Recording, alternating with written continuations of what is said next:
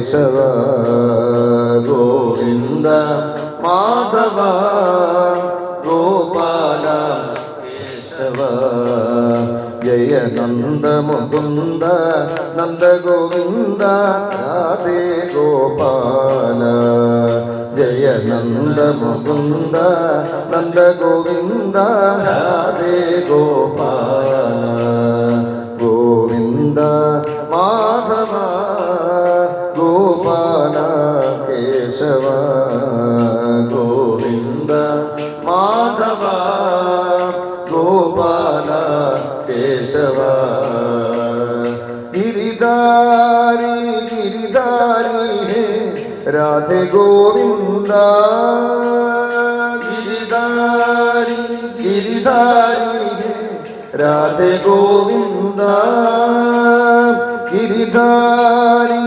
ഗിരിധാരി ഹേ രാധേ ഗോവിന്ദ ഗിരിധാരി ഗിരിധാരി ഹേ രാധേ ഗോവിന്ദ കനശ്യാമ ശ്യാമ ശ്യാമ വർണ്ണ രാധേ ഗോപാല ഘനശ്യാമ ശ്യാമ ശ്യാമ വർണ്ണ രാധേ ഗോപാല ഘനശ്യാമ ശ്യാമ ശ്യാമ വർണ്ണ രാധേ ഗോപാല ഘനശ്യാമ ശ്യാമ ശ്യാമ വർണ്ണ രാധേ ഗോപാല ഗോവിന്ദ മാധവ ഗോപാല കേശവ ഗോവിന്ദ മാധവ ഗോപാല കേശവ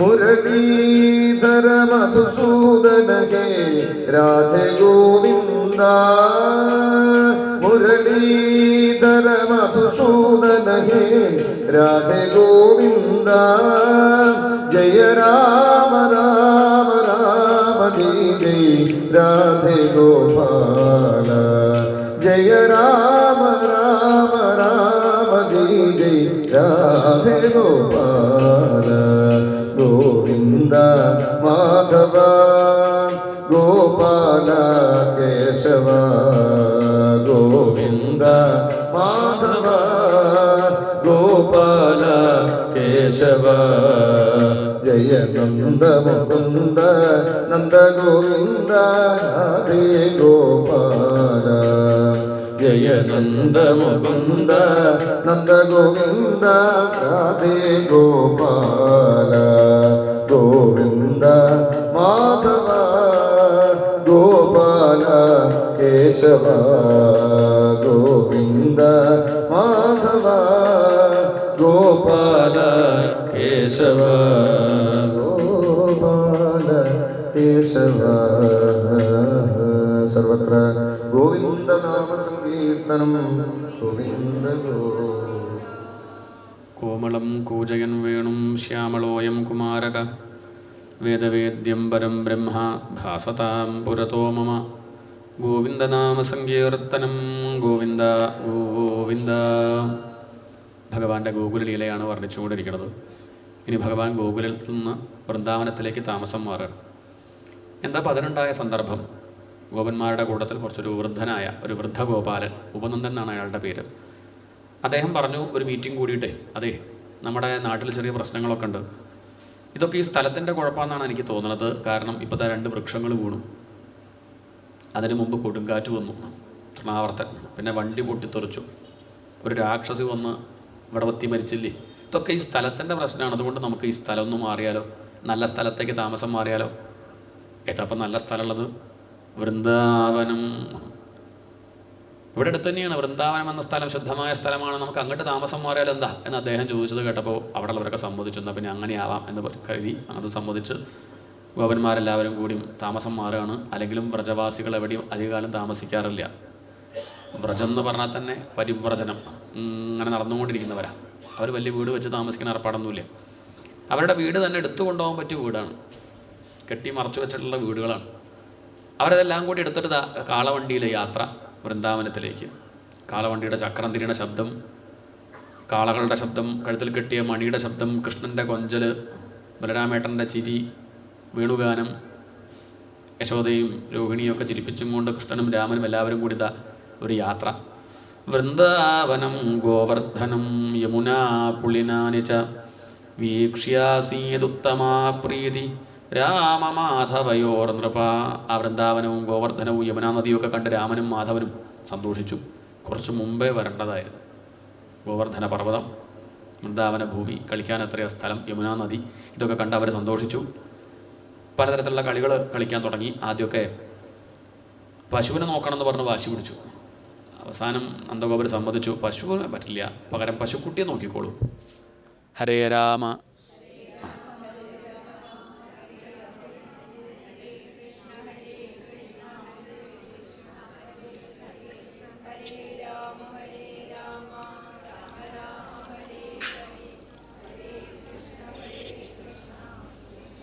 ഗോവിന്ദനാമസങ്കീർത്തനം ഗോവിന്ദ. ഇവ പശുക്കുട്ടികളെ നോക്കുന്നത് ഗോപബാലന്മാരും പശുക്കളെ നോക്കുന്നത് ഗോപന്മാരുമാണ്. ആ ഗോപബാലന്മാരിൽ ലീഡർ കൃഷ്ണൻ. രാവിലെയായ പുറപ്പെടുകയായി. ക്വചിത് വനാശായ മനോദതു വ്രജാത് പ്രാതസമുത്ഥായ വയസ്യ വത്സവാൻ പ്രബോധയൻ ശൃംഗരവേണ ചാരുണ വിനിർഗതോ വത്സപുരസ്സരോഹരി. രാവിലെ നേരത്തെ എഴുന്നേറ്റ് ഭഗവാൻ കുളിച്ച് ഒരുങ്ങി, തലയിലൊരു കെട്ട്, അരയിലൊരു കെട്ട്, തോളത്തൊരു വേഷ്ടി, കയ്യിൽ കൊമ്പ് കുഴൽ ഒക്കെയായി വന്ന് കൊമ്പ് വിളിക്കുന്ന സമയത്ത് ഗോപബാലന്മാരൊക്കെ അവരുടെ വീടുകളിൽ നിന്ന് ഇറങ്ങി വരും. കുഴൽവിളി കേട്ടാൽ പശുക്കുട്ടികളൊക്കെ അവരുടെ ഗോശാലകളിൽ നിന്ന് ഇറങ്ങി വരിക്കം കണ്ട് നിൽക്കും. പശുക്കുട്ടികളോടും പിന്നാലെ ഗോപബാലന്മാർ, അതിൻ്റെ പിന്നിൽ കൃഷ്ണൻ, അതിൻ്റെ പിന്നിൽ ഗോപികളുടെ മനസ്സ്. അങ്ങനെയാണ് ആ കാട്ടിലേക്ക് അവർ പോകുന്നത്. പലതരത്തിലുള്ള കളികളാണ്. പിന്നെ കേചിത് വേണൂൻവാദയന്തഃ ധമാന്തശൃംഗാണി കേചന കേചിത് ഭൃംഗൈ പ്രഗായന്തഃ കൂജന്ത കോകിലൈ പരേ. പലതരത്തിലുള്ള കളികൾ. കുയിൽ കൂവുമ്പോൾ തിരിച്ചും കൂ എന്ന് പറഞ്ഞ് തിരിച്ചു കൂവുന്നു. തവള ചാടുന്നത് കാണുമ്പോൾ അതുപോലെ ചാടി നോക്കുക.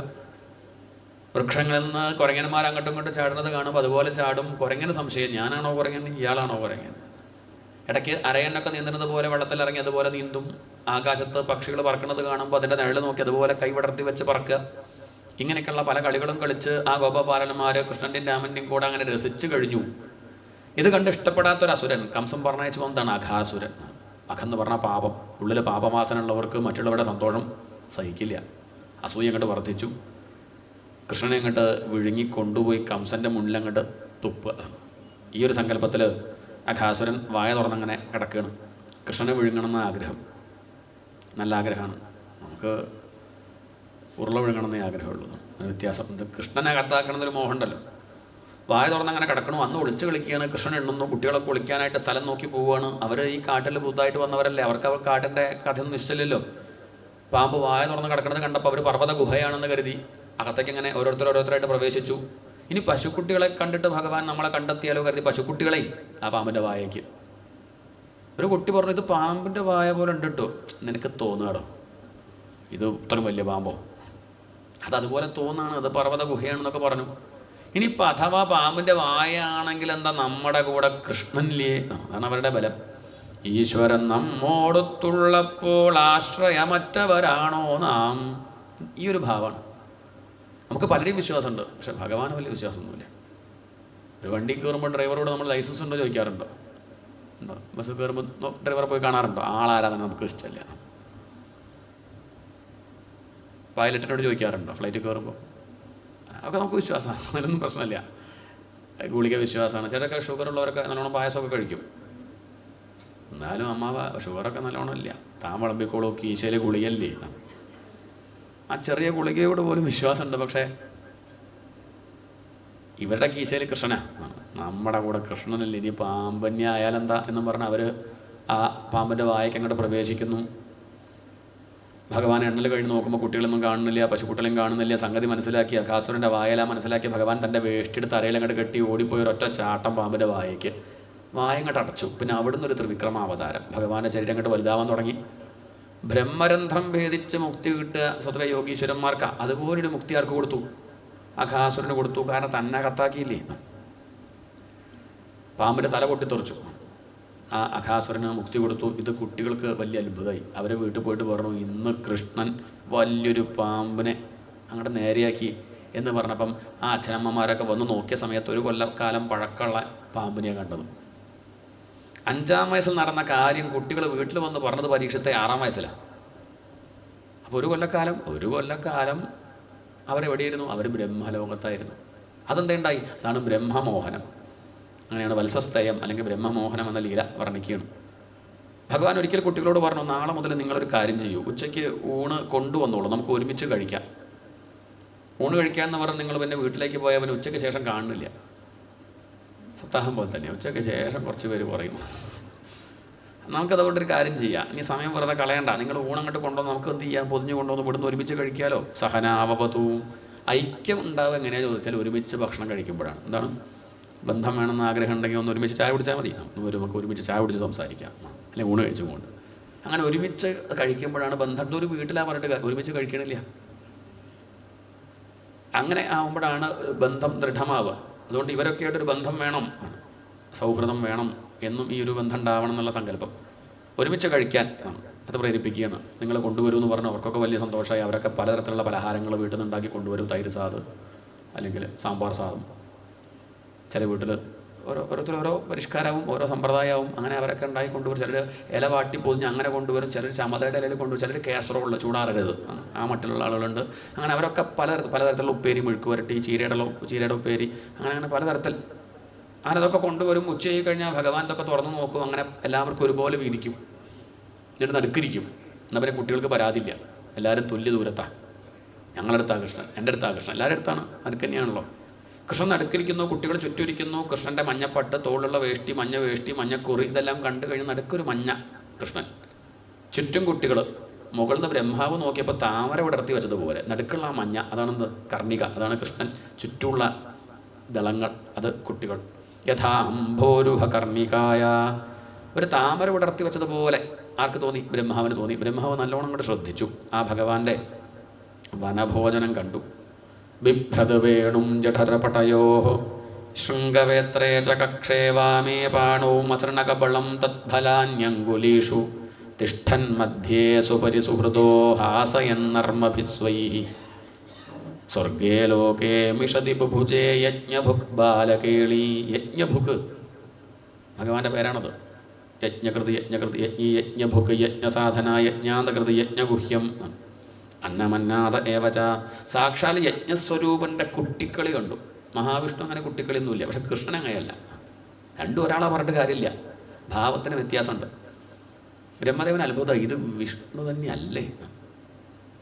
ബിഭ്രതുവേണും ജഠരപടയോഹോ, തൻ്റെ ആ കുഴൽ അരയിൽ വെച്ചു, കൊമ്പെടുത്ത് കക്ഷത്ത് വെച്ചു. മാറ്റി വെച്ചില്ല, കാരണം ഇതൊക്കെ തന്നെ ആശ്രയിച്ചതാണ്. ആ കൊമ്പും കുഴലൊക്കെ കൃഷ്ണൻ്റെ കൂടെ നിൽക്കണം എന്ന് പറഞ്ഞ ബന്ധമാണ്. അതുകൊണ്ട് മാറ്റി വെച്ച് അവർക്ക് വിഷമാവും. ഒക്കെ തൻ്റെ അടുത്ത് തന്നെ. കൊമ്പ് കുഴൽ അരയിൽ വെച്ചു, കൊമ്പ് കക്ഷത്ത് വെച്ചു. ശൃംഗവേത്രേച കക്ഷേ വാമേ പാണവും. അമ്മ നല്ല ചോറും പാത്രത്തിൽ തൈരൊക്കെ കൂട്ടി ഉപ്പൊക്കെ കൂട്ടി കുഴച്ച് ഉരുളുരുട്ടി വെച്ചിട്ടുണ്ട്. ഇനി ഉണ്ണിക്ക് ഇനി ഉരുളുരുട്ടാൻ ബുദ്ധിമുട്ട് വേണ്ട, എടുത്ത് കഴിക്കുകയേ വേണ്ടു. എന്നാൽ അതെടുത്തത് എങ്ങനെയാണ്? വാമേ പാണവും. തൻ്റെ ഇടത്തെ കൈ കൊണ്ട് അങ്ങോട്ട് ആ ഉരുളെടുത്തു. എന്നാൽ വലത്തെ കൈ വെറുതെ ഇരിക്കുക. അത് ശരിയായോ? വലത്തെ കൈ കൊണ്ടല്ലേ കഴിക്കേണ്ടത്, അങ്ങനെയല്ലേ ആചാരം, അങ്ങനെയല്ലേ ഒരു സമ്പ്രദായം.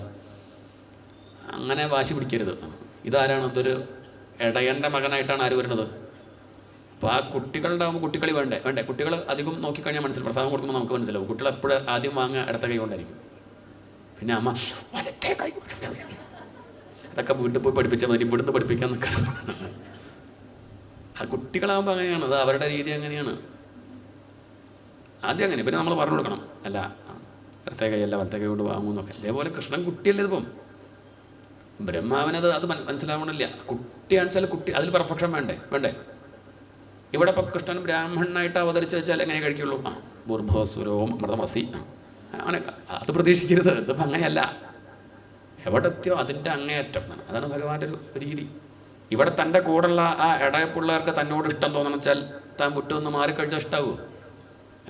തുടരുത് ഒക്കെ പറഞ്ഞാൽ കുട്ടികൾക്ക് ഇഷ്ടാവുമോ? അവരുടെ കൂടെ അവരങ്ങനെ നോക്കും. എന്നിട്ടോ അവരൊക്കെ ഇടത്തെ കൈ കൊണ്ട് അതുപോലെ കഴിക്കും. ഇത് ഞങ്ങളുടെ കൃഷ്ണൻ്റെ സ്റ്റൈലാണ് എന്ന് പറഞ്ഞ് അവർ കഴിക്കുകയാണ്. അവരങ്ങനെ ഭഗവാനെ ആരാധിക്കുകയാണ്. അതിനാണ് ഭഗവാൻ അവരുടെ കൂടെ അങ്ങനെ വന്നത്. വാമേ പാണവും അസൃണ കബളം, ആ ഉരുളെടുത്ത് ഇടത്തെ കയ്യിൽ പിടിച്ചു. തദ്ഫലാനി അങ്കുലീഷു, അമ്മ നല്ല കൈപ്പയ്ക്ക കൊണ്ടാട്ടം അത് വട്ടത്തിൽ നുറുക്കി വറുത്ത് കൊടുത്തിട്ടുണ്ട്. അതങ്ങോട്ട് എടുത്തു കഴിഞ്ഞാൽ നടുക്കുള്ള കുരു കുട്ടികളോട് പറയും വായ തുറക്കാൻ. അവരുടെ വായയ്ക്ക് ആ കുരു അങ്ങോട്ട് തട്ടിക്കൊടുക്കും. അത് മോതിരം പോലെ അത് വിരലിലിടും. ഭക്ഷണം കൊണ്ട് കളിക്കാൻ പാടില്ല എന്നാണ് പറയുക. പക്ഷേ അതൊന്നും ഇവിടെ ഇല്ല. നല്ല പയറിൻ്റെ ഉപ്പേരിയുണ്ട്, നീളങ്ങനെയാണ്, അത് വിരലിൻ്റെ ഇടയിൽ വയ്ക്കും. അത് കാണാൻ നല്ല ഭംഗിയുണ്ട്. എന്നിട്ട് ഒരു കടി, ഒരു കൊണ്ടാട്ടം, ഒരു പയറും. കടിച്ച് കഴിക്കാൻ പാടില്ലെന്നാണ് പറയുക. ഇത് കടിച്ച്, അതും ഭക്ഷണം കഴിക്കുമ്പോൾ ചിരിക്കാൻ പാടില്ലെന്നാണ് പറയുക. ഇത് ഹാസയൻ നർമ്മഭിസ്വൈഹി, ഓരോ തമാശയൊക്കെ വായിൽ ഉരുള വെച്ച് ഉറക്കുറക്കം അങ്ങനെ ചിരിച്ച് സംസാരിക്കുകയാണ്. അതൊക്കെ അവിടെ ഇരിക്കട്ടെ. ആ പയ്യന്മാർ കഴിച്ചതിൻ്റെ ബാക്കി അതെടുത്തിട്ട് ആര് കഴിക്കുന്നു? ഈ യജ്ഞസ്വരൂപനായ ഭഗവാൻ എച്ചിലും വറ്റൂല്ലാതെ ആ കുട്ടികൾ കഴിച്ചതിൻ്റെ ബാക്കി എടുത്ത് കഴിക്കുന്നുണ്ട്. അത് കഴിഞ്ഞ് താൻ കഴിച്ചതിൻ്റെ ബാക്കി ആർക്ക് കൊടുക്കുന്നുണ്ട്? അവർക്ക് ആ പ്രസാദം കൊടുക്കുന്നു, അവരുടെ പ്രസാദം കഴിക്കുന്നു. ഇങ്ങനെ ബ്രഹ്മദേവന് സംശയം, ഇത് വിഷ്ണു ഭഗവാനല്ല.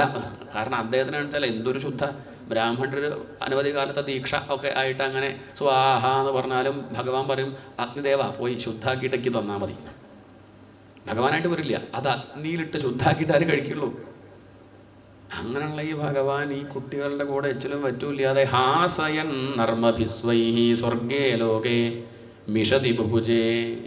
ബ്രഹ്മാദി ദേവന്മാരൊക്കെ അത് കണ്ട് അത്ഭുതമായി, ഇത് ശരിക്കും വിഷ്ണു ഭഗവാൻ തന്നെയാണോ? ബ്രഹ്മാവ് ഒന്ന് പരീക്ഷിക്കാന്ന് കരുതി എന്ത് ചെയ്തു? ആ പശുക്കുട്ടികളെ അങ്ങോട്ട് കൊണ്ടുപോയി സത്യലോകത്തേക്ക്. ഇനിയിപ്പം നോക്കാലോ, പശുക്കുട്ടികളെ കാണാനില്ല, ശബ്ദം കേൾക്കാണ്ടായപ്പം കുട്ടികൾ പറഞ്ഞു, അതേ പശുക്കുട്ടികളൊന്നും കാണുന്നില്ല കൃഷ്ണ, എന്തെങ്കിലും ആപത്ത് പറ്റിയോ? നിങ്ങൾ ഊണ് കഴിച്ചോളൂ, അത് നോക്കണ്ട, ഞാൻ പോയി നോക്കി വരാം എന്ന് പറഞ്ഞ് ഭഗവാൻ ആ ഉരുളങ്ങോട്ട് കഴിച്ച് പശുക്കുട്ടികളെ അന്വേഷിച്ച് പോയതാ. പശുക്കുട്ടികളെ കാണുന്നില്ല. അത് കാണുന്നില്ല എന്ന് പറയാൻ അങ്ങോട്ട് വരുമ്പോഴേക്കും ആരും കൊണ്ടുപോയി? ആ കുട്ടികളെയും ബ്രഹ്മാവ് സത്യലോകത്തേക്ക് കൊണ്ടുപോയി. ഇനി കൃഷ്ണൻ കുടുങ്ങണതൊന്ന് കാണാലോ എന്ന് കരുതിയെങ്കിൽ തെറ്റി. കുടിയത് പരീക്ഷത്തെ ബ്രഹ്മാവ കുടുങ്ങിയത്. ഭഗവാൻ തലയിൽ പറഞ്ഞു, ഇനിയിപ്പം ഞാൻ എന്ത് പറയും ആ അമ്മമാരോട്? അവരൊക്കെ എന്നെ വിശ്വസിച്ചിട്ട് കുട്ടികളെ എൻ്റെ കൂടെ പറഞ്ഞയച്ചത്. തിരിച്ചു പോകുമ്പോൾ പശുക്കുട്ടികളൊന്നുമില്ല, ഇനിയിപ്പോൾ എന്ത് ചെയ്യും എന്നൊക്കെ അങ്ങനെ കരുതി പോകുമെന്ന് കരുതി ബ്രഹ്മാവ്. അങ്ങനെ തല ചൊറഞ്ഞ് എവിടെ എത്തി? തൻ്റെ ആ വീട്ടിലേക്ക് അങ്ങോട്ട് പ്രവേശിക്കുമ്പോഴേക്കും എത്ര കുട്ടികളുണ്ടോ അത്ര കുട്ടികൾ ഭഗവാനിൽ അങ്ങോട്ട് ഉണ്ടാവാൻ തുടങ്ങി. എത്ര പശുക്കുട്ടികളുണ്ടോ അത്രയും പശുക്കുട്ടികൾ. അതിനൊന്നും ഒരു മാറ്റൂല. അതാണ് അത്ഭുതം. യാവത് ശീലഗുണാഭിതാകൃതി വയഃ യാവത് വിഹാരാദികം സർവം വിഷ്ണുമയം സർവം ബ്രഹ്മമയം. അതന്നെയാണ് സർവം വിഷ്ണുമയം ഗിരോംഗവതജ സർവസ്വരൂപോ ബഭൗ യാവത് ശീലഗുണാഭിതാകൃതി വയഃ. എത്ര വയസ്സുള്ള കുട്ടികളാണെന്ന് വെച്ചാൽ അത്ര വയസ്സ്, 2 വയസ്സ് 4 വയസ്സ് 5 വയസ്സ് 8 വയസ്സ്, അങ്ങനെ പല വയസ്സുള്ള കുട്ടി. അതൊക്കെ അങ്ങനെ തന്നെ. തല മൊട്ടടിച്ച കുട്ടിയാച്ചാൽ അങ്ങനെ മൊട്ടടിച്ച കുട്ടി, ട്രൗസർ ഇട്ട കുട്ടിയാച്ചാൽ ട്രൗസർ ഇട്ട കുട്ടി, തിരിച്ചു വരുമ്പോൾ ട്രൗസർ. വലിയ ട്രൗസറും ഭഗവാനായി മാറിയെന്ന അർത്ഥം. കാവ്യമുണ്ടാച്ചാൽ കാവ്യമുണ്ട്, അതിൽ മാങ്ങയുടെ കറ ഉണ്ടെങ്കിൽ ഇതിൽ മാങ്ങയുടെ കറ. ജലദോഷമുള്ള കുട്ടിയാച്ചാൽ വൈകുന്നേരം വരുമ്പോൾ ജലദോഷമുണ്ട്, അത് വലിയ ഡേ വയ്യല്ലോ, പെട്ടെന്ന് അങ്ങോട്ട് വരുമ്പോൾ മാറി. അങ്ങനെയല്ല, ഒന്നിനൊരു മാറ്റമില്ല. വെളുത്ത പുള്ളിയാണ് പശുവിനെങ്കിൽ കറുത്ത പശു വെളുത്ത പുള്ളി, അങ്ങനെ തന്നെ കറുത്ത പശു വെളുത്ത പുള്ളി. ഒരു കൊമ്പ് ഒടിഞ്ഞിട്ടുണ്ടെങ്കിൽ ഇതിൻ്റെ കൊമ്പ് ഒടിഞ്ഞിട്ടുണ്ട്. വാല് മുറിഞ്ഞ പശു വെച്ചാൽ വാല് മുറിഞ്ഞ പശു. കയ്യിലുള്ള വടിക്കും വാട്ടർ ബോട്ടിലും ടിഫിൻ ബോക്സിന് പോലും ഒരു മാറ്റവും ഇല്ലെന്നാണ്. യാവത് ശീല ഗുണാഭിതാകൃതി വയഃ എന്ന് പറഞ്ഞാൽ അർത്ഥം എന്താ വെച്ചാൽ ഇവിടെ ജഡവും ഇനിയിപ്പോൾ ചൈതന്യമുള്ള വസ്തുവൊക്കെ തോന്നുന്നതൊക്കെ ആര് തന്നെയാണ്? ഈ ഭഗവാൻ തന്നെയാണ് കേട്ടോ എന്ന് കാണിക്കുകയാണ്. സർവം വിഷ്ണുമയം, ഇതൊക്കെ വിഷ്ണുമയമായിട്ട് കാണിച്ചു കൊടുക്കുകയാണ്. ഗിരോ അംഗവതജ സർവസ്വരൂപോ ബഭൗ. പിന്നെയും ഭഗവാൻ കളി തുടർന്നു. പിറ്റേന്ന് രാവിലെ പോവും, കുട്ടികളൊക്കെ കൂടെ വരും. ഏത് കുട്ടികളും? താൻ തന്നെ. ആ കുട്ടികളുടെ കൂടെ കളിക്കുന്നു, പശുക്കുട്ടികളുണ്ട്. കാര്യങ്ങൾക്കൊന്നും ഒരു മുടക്കൂല, അതങ്ങനെ നടക്കുന്നുണ്ട്. കുടുങ്ങിയത് ഇപ്പോൾ ആരാ ചോദിച്ചാൽ ബ്രഹ്മാവാണ്. ബ്രഹ്മാവിന് അവിടെ ഈ സത്യലോകത്ത് നല്ല ടൈൽസ് ഒടിച്ച സ്ഥലത്തല്ലേ, അവിടെ ഈ പശുവിൻ്റെ ചാണകവും ഗോമൂത്രമായിട്ട് സരസ്വതിയുടെ ചീത്ത കേൾക്കുകയെന്നല്ലാതെ നല്ല കാര്യമുണ്ട്. അവിടെ ഇവിടെയും പോയിട്ട് പശുവിനെയും കൊണ്ടുവരും, എന്നാൽ പിന്നെ നോക്കാനുള്ള ആളെയും കൂടി ഇങ്ങോട്ട് കൊണ്ടുവരണ്ടേ എന്നൊക്കെ ചോദിച്ചിട്ട് ചീത്ത പറയണം. കുട്ടികളാച്ചാൽ വികൃതികളൊരു ഭാഗത്ത് അടങ്ങിയിരിക്കില്ല. അവരളമാറി തുറന്നിട്ട് പട്ടുസാരി എടുത്ത് കൊണ്ടുപോവുക, ചീന്താനേ ആ കൗബീനാക്കാന്ന് പറഞ്ഞ് കൊണ്ടുപോവുകയാണ്. ആ അളമാരൊക്കെ പൂട്ടുമ്പോഴേക്കും ആ അരയണ്ണത്തിൻ്റെ പുറത്ത് കയറി ഒന്ന് അതിൻ്റെ കൊക്കൊടിക്കും, മുത്തശ്ശ ടാറ്റാന്നൊക്കെ പറയാണ് കുട്ടികൾ. അതൊക്കെ എടുത്ത് മാറ്റുമ്പോഴേക്കും സരസ്വതിയുടെ കച്ചബി ആ വീണ കൊണ്ടുപോയിട്ട് ടൈന്ന് പറഞ്ഞത് പൊട്ടിക്കുക കമ്പി. ഒരു രക്ഷയില്ല. എങ്ങനെയെങ്കിലും ഇവരെ തിരിച്ചു പറഞ്ഞയച്ചാൽ മതി നായി ആർക്ക്? ബ്രഹ്മാവിന് തന്നെ. എന്നാൽ അവിടെ ഭഗവാൻ ഒരു കുഴപ്പമില്ല, കുട്ടികളുടെ കൂടെ നല്ല രസമായിട്ട് കളിക്കുന്നുണ്ട്, കളി തുടരുന്നുണ്ട്. ബ്രഹ്മാവൊന്ന് ഇവിടെ വന്ന് നോക്കി കുഴപ്പമൊന്നുമില്ല എന്ന് കണ്ടു. ഭഗവാൻ അവിടെ കളിക്കുന്നുണ്ട്. സംശയമായി, ഏതാ ഒറിജിനൽ? താൻ കൊണ്ടുപോയതാണോ ഇനി ഇവിടെ ഉള്ളതാണോ? തിരിച്ച് സത്യലോകത്തെത്തിയപ്പോഴേക്കും അവിടെ ഒരു ബ്രഹ്മദേവനെ തന്നെ ആരുണ്ടാക്കി? സെക്യൂരിറ്റിക്കാർ തടഞ്ഞു. ആരെ? തൻ്റെ വീട്ടിലേക്ക് കയറാൻ പുറപ്പെട്ടപ്പോൾ അവിടുത്തെ സെക്യൂരിറ്റിക്കാരും ബ്രഹ്മദേവനെ തടഞ്ഞു. ആരാ ചോദിച്ചു? എന്നോടോ? ഞാൻ ബ്രഹ്മാവാണ്. അപ്പോൾ അതോ അവിടെ വേറൊരു ബ്രഹ്മാവ്, ഇതിനും നല്ലൊരു ബ്രഹ്മാവ്. ഈ ബ്രഹ്മാവനുണ്ടാക്കിയതാരാ? വിഷ്ണു ഭഗവാനാണ്. പിന്നെ അപ്പോൾ അത് വേറെ ഒന്നും ഉണ്ടാക്കാനാണ് ബുദ്ധിമുട്ട്. തൻ്റെ പോസ്റ്റ് പോയി എന്ന് കണ്ടപ്പോൾ പിന്നെ നീ അവിടെ നിന്ന് തിരിയണ്ടല്ലോ. ദൂരത്തുനിന്ന് തൊഴുതങ്ങനെ നോക്കി ഭഗവാൻ ആ വെഞ്ചാമരത്താടിയ ബ്രഹ്മാവിൻ്റെ മുഖം മൂടി അങ്ങോട്ട് മാറ്റിയിട്ട് കാണിച്ചു കൊടുത്തു. ശ്രീകൃഷ്ണൻ തന്നെയാണ്. ഇവിടെ നിന്ന് തിരിയണ്ട, ഹെഡ് ഓഫീസിലേക്ക് പോകും. അതെവിടെയാണ്? അത് വൃന്ദാവനത്തിൽ. അവിടെ നിന്ന് നമുക്ക് പരിഹരിക്കാം പ്രശ്നങ്ങളൊക്കെ. പിന്നെ നേരെ വൃന്ദാവനത്തിലേക്ക് വരികയാണ്. അവിടെ എത്തി പിന്നെ ബോധം വരുമ്പം കാണുന്ന കാഴ്ച കൃഷ്ണൻ മുന്നിൽ അങ്ങനെ ചോറുരുളായിട്ട് നിൽക്കുന്നുണ്ട്. ഇളങ്കാറ്റടിക്കുന്നു, ധാരാളം മയിൽപ്പീരികൾ വീണ് കിടക്കുന്നു, ഭഗവാന്റെ വേണുഗാനം. അവിടെ നിന്ന് അങ്ങോട്ട് എണീറ്റു. കനകദണ്ഡമിവ, ഒരു സ്വർണ്ണവടി കുത്തനെ വെച്ചാൽ എങ്ങനെ വീഴും അതുപോലെ സാഷ്ടാംഗം ബ്രഹ്മാവ് അങ്ങോട്ട് നമസ്കരിക്കുകയാണ് ഭഗവാനെ. തൻ്റെ കണ്ണുനീര് കൊണ്ട് ഭഗവാന്റെ പാദം കഴുകി 4 തല കൊണ്ടും ഭഗവാന്റെ ശിരസിൽ മുട്ടിക്കുകയാണ്. അതാണ് ശയനപ്രദക്ഷിണം തുടങ്ങിയത് ബ്രഹ്മാവ. അങ്ങനെ ഉരുളാൻ തുടങ്ങി. ഭഗവാനെ തൊഴുതുകൊണ്ട് സ്തുതിക്കുകയാണ്. നൗമീഡ്യത്തെ അഭ്രവപുഷേ തടിദംബരായ ഗുഞ്ചാവതം സപരിപിച്ഛല സന്മുഖായ വന്യസ്രജേ കപളവേത്ര വിഷാണ വേണുലക്ഷ്മശ്രിയേ മൃദുപദേ പശുപാങ്കജായ. ഭഗവാൻ അങ്ങേക്ക് നമസ്കാരം. ജ്ഞാനേ പ്രയാസം. ഇവിടെ അറിവുണ്ടാക്കുക എന്ന് പറഞ്ഞാൽ അത്ര എളുപ്പമുള്ള കാര്യമില്ല ഭഗവാൻ. സംഗതി എല്ലാവരും പറയാറുണ്ട്, ബ്രഹ്മാവ് എന്ന് പറഞ്ഞാൽ വലിയ കേമനാട്ടോ, ബ്രഹ്മാവാൻ സാധിക്കുക ഭാഗ്യമല്ലേ എന്നൊക്കെ പറയാറുണ്ട്. എന്തേപ്പം ബ്രഹ്മാവായിട്ട് ഞാൻ നേടി? ജ്ഞാനേ പ്രയാസം. എനിക്ക് ഈ ഗോപബാലന്മാരെ പോലുള്ളൊരു ഭാഗ്യം ഉണ്ടായില്ലല്ലോ. ബ്രഹ്മാവെന്ന് പറഞ്ഞ് സത്യലോകത്ത് അങ്ങോട്ട് കൊണ്ടിരുത്തി. ഇരുന്നപ്പോൾ കേമാന്നൊക്കെ വിചാരിച്ചു. പക്ഷേ ബുദ്ധിമുട്ട് പിന്നില്ലേ മനസ്സിലായത്. ഭഗവാന്റെ കളികളൊന്നും കാണാൻ സാധിക്കുന്നില്ല. അറിവുണ്ടാക്കുക എന്ന് പറഞ്ഞാൽ വലിയ പ്രയാസമുള്ള കാര്യം തന്നെയാണ്. അറിവുണ്ടായാൽ കിട്ടുന്നത് ആനന്ദമാണ്. ഈശ്വര കഥകൾ കേട്ടാലും കിട്ടുന്നതാണ് ആനന്ദം തന്നെയാണ്. കഥ പറയുന്ന ആൾക്കും ആനന്ദമാണ്, കേൾക്കുന്ന ആൾക്കും ആനന്ദം തന്നെയാണ്. എന്നാൽ പറയണതാണോ കേൾക്കുന്നതാണോ ഏതാ സുഖം? അതല്ലേ ഒരാൾ പറഞ്ഞത് കുറേ പേര് കേൾക്കാൻ കാരണം അതാണ് സുഖം എന്നുള്ളതുകൊണ്ടല്ലേ. പറയണത് സുഖമാണോ ചോദിച്ചാൽ അത്ര അങ്ങനെ പറയാൻ പറ്റില്ല. കുറച്ച് അധ്വാനം പറയണതിലുണ്ട്. അതങ്ങനെ മനസ്സിലാവില്ല. അത് പറയുമ്പോഴേ മനസ്സിലാവുള്ളൂ. 2-2.5 മണിക്കൂർ അടുപ്പിച്ചൊക്കെ പറയുമ്പോൾ വെള്ളം പറ്റും. അതാണ് ഇടയ്ക്കിടയ്ക്ക് വെള്ളം കുടിക്കുന്നത്. തൊണ്ട പോകും, ഊർജ്ജം പോകും. ഇതൊക്കെ കഴിഞ്ഞാൽ ഉറക്കം വരിക. അത് കഴിഞ്ഞാൽ ഇതൊന്നും സാധിക്കില്ല. ചിലർ ചോദിക്കും ഫോൺ വിളിച്ചാൽ മിണ്ടാനൊന്നും പറ്റില്ല, ആളോട് ലോക്യം പറയാൻ സാധിക്കില്ല. കാരണം ശബ്ദം കഴിഞ്ഞു. എത്ര നേരം ഇങ്ങനെ പറയുമ്പോൾ ഊർജ്ജം ഇല്ലേ. അപ്പം നല്ലൊരു പ്രയാസമുള്ള കാര്യം, അത്ര എളുപ്പമുള്ള കാര്യമല്ല എന്നർത്ഥം. അത് മാത്രമല്ല, ഈ പറഞ്ഞ കഥാപാത്രങ്ങളുടെ പേരൊന്നും മാറാണ്ട് പറയണ്ടേ. വസുദേവൻ നന്ദഗോപരായ അങ്ങനെ നോക്കും, പൂർണ്ണ താടകയായി നോക്കില്ലേ. അത്ര അത് മാറിപ്പോകും ചിലപ്പം. അതൊന്നും മാറാണ്ട് അങ്ങനെ നോക്കുക. അത് പലതരക്കാരെ മുന്നിലിരിക്കുന്നുണ്ടാവും. ചിലർ ശ്രദ്ധിക്കുന്നവരുണ്ടാവും, ചിലർ ശ്രദ്ധിക്കാത്തവരുണ്ടാവും, ചിലർ ഉറങ്ങുന്നുണ്ടാവും, ചിലർ ശ്രദ്ധിക്കുക. അങ്ങനെയൊക്കെ പലരും ഉണ്ടാവും. പല ബഹളങ്ങളുണ്ടാവും. ഇതിൻ്റെയൊക്കെ ഇടയ്ക്ക് ഇതൊന്നും മാറാണ്ട പറയണമെങ്കിൽ അത്ര എളുപ്പമല്ല. പിന്നെ കേൾക്കണത് കേൾക്കാൻ സുഖമാണ്. കേൾക്കാൻ ചാരാൻ പറ്റണില്ല. എനിക്ക് ചാരാൻ പറ്റണില്ല. കാല് നീട്ടിരിക്കാം, ഇടയ്ക്ക് എണീറ്റ് പോകാൻ കുഴപ്പമില്ല, ആരും ചോദിക്കില്ല. കൈയുള്ള കസേരയാണ് ഇങ്ങനെ വെക്കാം. ഇങ്ങനെയൊക്കെയുള്ള സൗകര്യമുണ്ട്. ഫാൻ്റെ ചോട്ട് പോയിരിക്കാം. സർവത്ര കേട്ടാൽ എണീക്കാം, എന്നിട്ട് ചായ കുടിച്ച് വരിക. അടുത്ത സർവത്ര കേട്ടാൽ പോയി ഊണ് കഴിച്ച് വരിക. ഉറങ്ങാൻ പറ്റും. എനിക്ക് ഉറങ്ങാൻ പറ്റും. അപ്പോൾ കഥ പറയുമ്പോൾ അത്ര എളുപ്പമുള്ള കാര്യമില്ല. കേൾക്കുക പറഞ്ഞാൽ സുഖമുള്ള കാര്യമാണ്. പറയുന്ന ആൾക്കും കേൾക്കുന്ന ആൾക്കും ഒരേ വൈകുണ്ഠമാണ് കിട്ടുക. അവിടെയാണ് നമുക്ക് പ്രശ്നം. ഒരു സ്പെഷ്യൽ വൈകുണ്ഠം പറയുന്ന ആൾക്കും ബാക്കിയുള്ളവർക്കൊരു സാധാ വൈകുണ്ഠം കിട്ടുക കുഴപ്പമില്ല. ഇത് കേൾക്കുന്നവർക്കും പറയുന്ന ആൾക്കും ഒരേ വൈകുണ്ഠമാണെങ്കിൽ പിന്നെ എന്നാൽ പിന്നെ കേൾക്കല്ലേ സുഖം. എന്തിനീ അധ്വാനം? അതാണ് ബ്രഹ്മാവ് ചോദിക്കുന്നത്. അറിവുണ്ടാക്കിയാലും കിട്ടുന്നത് ആനന്ദമാണ്, അങ്ങയുടെ കഥ കേട്ടാലും കിട്ടുന്നത് ആനന്ദമാണെങ്കിൽ എന്നെന്തിനെ ഈ ബ്രഹ്മാവാക്കി വെച്ചു? എനിക്ക് അങ്ങയുടെ കഥ കേൾക്കാൻ സാധിച്ചാൽ മതിയാണ്. അതേ വേണ്ടൂ, അതേ ആവശ്യമുള്ളൂ. ഞാൻ ഈ തെറ്റ് അങ്ങ് ക്ഷമിക്കണം കേട്ടോ. അങ്ങ് ക്ഷമിക്കുന്നുള്ളത് എനിക്കറിയാം. അങ്ങയുടെ കാരുണ്യം എനിക്ക് നല്ലപോലെ അറിയില്ലേ. ഞാൻ അങ്ങയുടെ മകനല്ലേ. എൻ്റെ അച്ഛനും അമ്മയും അങ്ങല്ലേ. ബ്രഹ്മാവ് എവിടെ നിന്നുണ്ടായത്? ഭഗവാന്റെ നാഭികമലത്തൊന്നാണ്. അപ്പം ബ്രഹ്മാവിൻ്റെ അച്ഛനും അമ്മയും വിഷ്ണു ഭഗവാനാണ്. കുട്ടി ചെയ്യണ തെറ്റൊക്കെ അമ്മ ക്ഷമിക്കാറില്ലേ? ഗർഭത്തിൽ കിടന്നിട്ട് ചിലപ്പോൾ കുട്ടി ചവിട്ടൊക്കെ ചെയ്യും അമ്മയെ. അമ്മയ്ക്ക് വിഷമമുണ്ടോ? അമ്മ പ്രസവിച്ച് കഴിഞ്ഞാൽ ചോദിക്കുമോ ഏത് കാലം കൊണ്ടാണ് ചവിട്ടിയത് ചോദിക്കുമോ? എന്നിട്ട് ആ കാല് തല്ലി ഒടിക്കുമോ? അതൊന്നുമില്ല. ഒടിക്കില്ല എന്ന് മാത്രമല്ല, ആ കാല് നല്ല എണ്ണയൊക്കെ തേച്ച് കുഞ്ഞിക്കാല് വളര് എന്ന് പറഞ്ഞ് അങ്ങനെ ഒഴിഞ്ഞു കൊടുക്കും. ഇതുപോലെ എനിക്ക് ഞാൻ ചെയ്ത് തെറ്റ് അത് ചവിട്ടുപോലെ കണക്കാക്കിയിട്ട് എന്നെ ഒഴിഞ്ഞു തരണമെന്നാണ്. എന്നെ അനുഗ്രഹിക്കണേ, അറിയാണ്ട പറ്റിയതാണ്, അങ്ങ് ക്ഷമിക്കില്ലേ? ഉത്ക്ഷേപണം ഗർഭഗതസ്യ പാദയോഹോ. ഗർഭത്തിലുള്ള കുട്ടിയുടെ ചവിട്ടുപോലെ കണക്കാക്കിയാൽ മതി. അറിവില്ലായ്മ കൊണ്ടല്ലേ. അങ്ങ് ക്ഷമിക്കാണ്ടിരിക്കില്ല, എനിക്കറിയാം. ഞാൻ ആലോചിക്കണത് എന്ത് ഭാഗ്യ ചെയ്തത് ആ നന്ദഗോപര്. അങ്ങയുടെ അച്ഛനാവാൻ സാധിച്ചില്ലേ? പറയുമ്പോൾ ഞാൻ ബ്രഹ്മാവാന്ന് പറഞ്ഞിട്ട് കാര്യമില്ല. അങ്ങയുടെ അച്ഛനായിട്ടൊന്നുമില്ലല്ലോ. അഹോഭാഗ്യം അഹോഭാഗ്യം നന്ദഗോപം വ്രജോഗസാം. നന്ദഗോപരുടെ ഭാഗ്യം അവിടെ നിൽക്കട്ടെ. ആ വ്രജവാസികൾ ആ കുട്ടികളൊക്കെ എന്ത് ഭാഗ്യം ചെയ്തു. അവർ പറയുമ്പോൾ സ്കൂളിൽ തന്നെ പോയിട്ടില്ല, എണ്ണാൻ അവർക്കറിയില്ല, പശുക്കളെ എണ്ണൊന്നും അവർക്കറിയില്ല, 10 വരെ എണ്ണാൻ നിശ്ചയില്ല. എന്നിട്ട് അവർക്ക് ആരെ കിട്ടി? ഭഗവാനെ കിട്ടിയില്ലേ. ഞാനിവിടെ സരസ്വതി വല്ലഭൻ വലിയ അറിവുള്ള ആളായിട്ട് എന്താ കാര്യം? അങ്ങയെ സുലഭമായിട്ട് എനിക്ക് കിട്ടണില്ലല്ലോ. അങ്ങയുടെ തോള് കൈയിടാൻ അങ്ങയുടെ കൂടെയുള്ള കൂട്ടുകാർക്ക് സാധിക്കുന്നില്ലേ? അതൊക്കെ അവിടെ ഇരിക്കട്ടെ. ആ പശുക്കുട്ടികളുടെ ഭാഗ്യം അങ്ങ് ഒഴിഞ്ഞു കൊടുക്കണില്ലേ? ഇടയ്ക്ക് ചാരി തന്നിട്ട് വേണുഗാനം ചെയ്യുന്നില്ലേ? അവർ വന്ന് അങ്ങയെ നക്കിത്തോർത്തുമല്ലേ അങ്ങയുടെ പാദം? ആ ഗോപികളുടെ ഭാഗ്യം.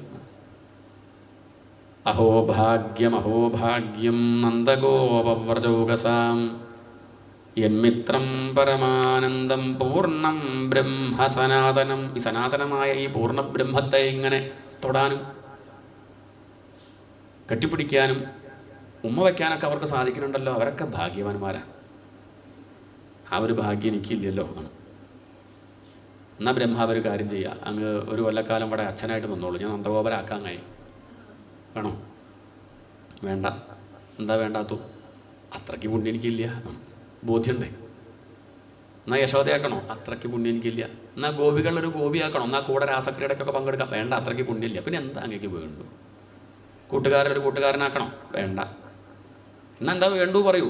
എനിക്കെന്താ വേണ്ടത് ചോദിച്ചാൽ, ഈ പശുക്കുട്ടികളുടെയും ഗോപബാലന്മാരുടെയും അങ്ങയുടെയും ഗോപികളുടെയും അങ്ങയുടെ അച്ഛൻ്റെയും അമ്മയുടെയൊക്കെ പാദസ്പർശം ഏൽക്കാൻ പാകത്തിനൊരു പുല്ലായി ജനിക്കരുതോ, ഒരു പുല്ലായിട്ട് ജനിക്കാൻ സാധിച്ചാൽ. തദ്ഭൂരിഭാഗ്യമിഹ ജന്മ കിമപ്യടവ്യാം യദ് ഗോകുലേഭി കഥമാംഘ്രിരചോഭിഷേകം. ഈ ഗോപികളുടെ പാദസ്പർശം ഏൽക്കാൻ പാകത്തിനൊരു പുല്ലായിട്ട് ജനിക്കാൻ സാധിച്ചാൽ, അല്ലെങ്കിൽ ഒരു കല്ലായിട്ടെങ്കിലും ജനിക്കാൻ സാധിച്ചാൽ ഈ വൃന്ദാവനത്തിൽ അത് വലിയ ഭാഗ്യമായിട്ട് ഞാൻ കണക്കാക്കും എന്ന് പറഞ്ഞ് തൊഴുതങ്ങോട്ട് നമസ്കരിക്കുന്നു. ഭഗവാൻ ആ ബ്രഹ്മാവിനെ നോക്കിയൊന്ന് പുഞ്ചിരിച്ചു. ബ്രഹ്മാവ് താൻ കൊണ്ടുപോയ കുട്ടികളൊക്കെ തിരിച്ചു കൊടുത്തു. ഭഗവാൻ ആവട്ടെ താനായ മാറിയ കുട്ടികൾ തന്നിലേക്ക് തന്നെ ഉപസംഹരിച്ചു. ബ്രഹ്മലോകത്തൊരു നിമിഷമേ കഴിഞ്ഞിട്ടുള്ളൂ. ഇവിടെ ഒരു വർഷം കഴിഞ്ഞു. കുട്ടികൾ ബ്രഹ്മലോകത്ത് നടന്ന കാര്യമൊക്കെ മറന്നുപോയി. അവർ 5-ാം വയസ്സിൽ അങ്ങോട്ട് പോയി, 6-ാം വയസ്സിൽ അങ്ങോട്ട് എത്തിയത്. അവർ വീട്ടിൽ പോയിട്ട് എന്ത് പറഞ്ഞു? ഇന്ന് കൃഷ്ണൻ. എന്നല്ല, ഒരു കൊല്ലം മുന്നെയാണ്. അതാണ് അവിടെ ഉണ്ടായത്. എന്തിനപ്പോൾ ഈ ലീല?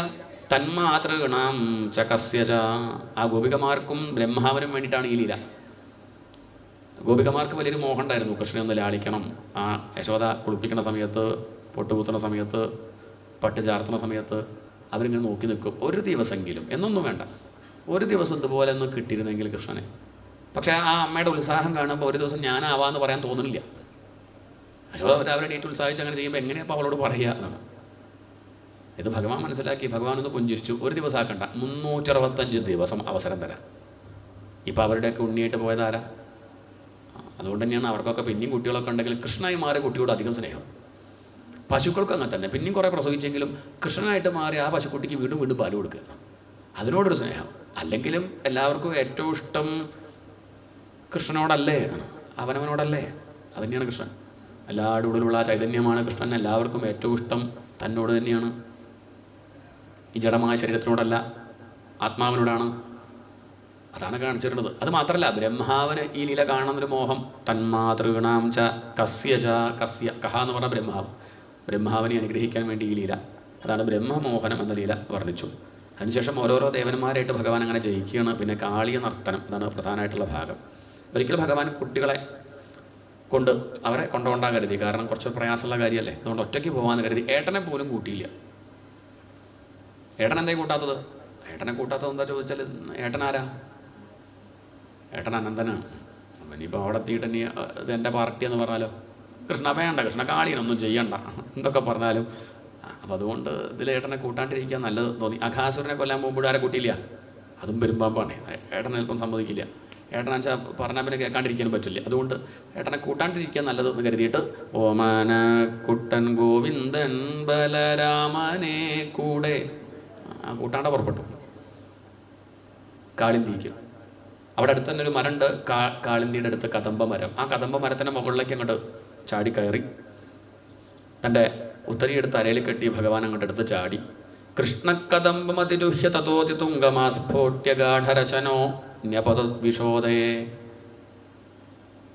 എടുത്തങ്ങോട്ട് ചാടിയ സമയത്ത് ചാടുമ്പോൾ ഭഗവാൻ എന്ത് കണക്കാക്കി? 3 ലോകത്തിൻ്റെയും ഭാരം തനിക്ക് ഉണ്ടാവട്ടെ സങ്കല്പിച്ചു.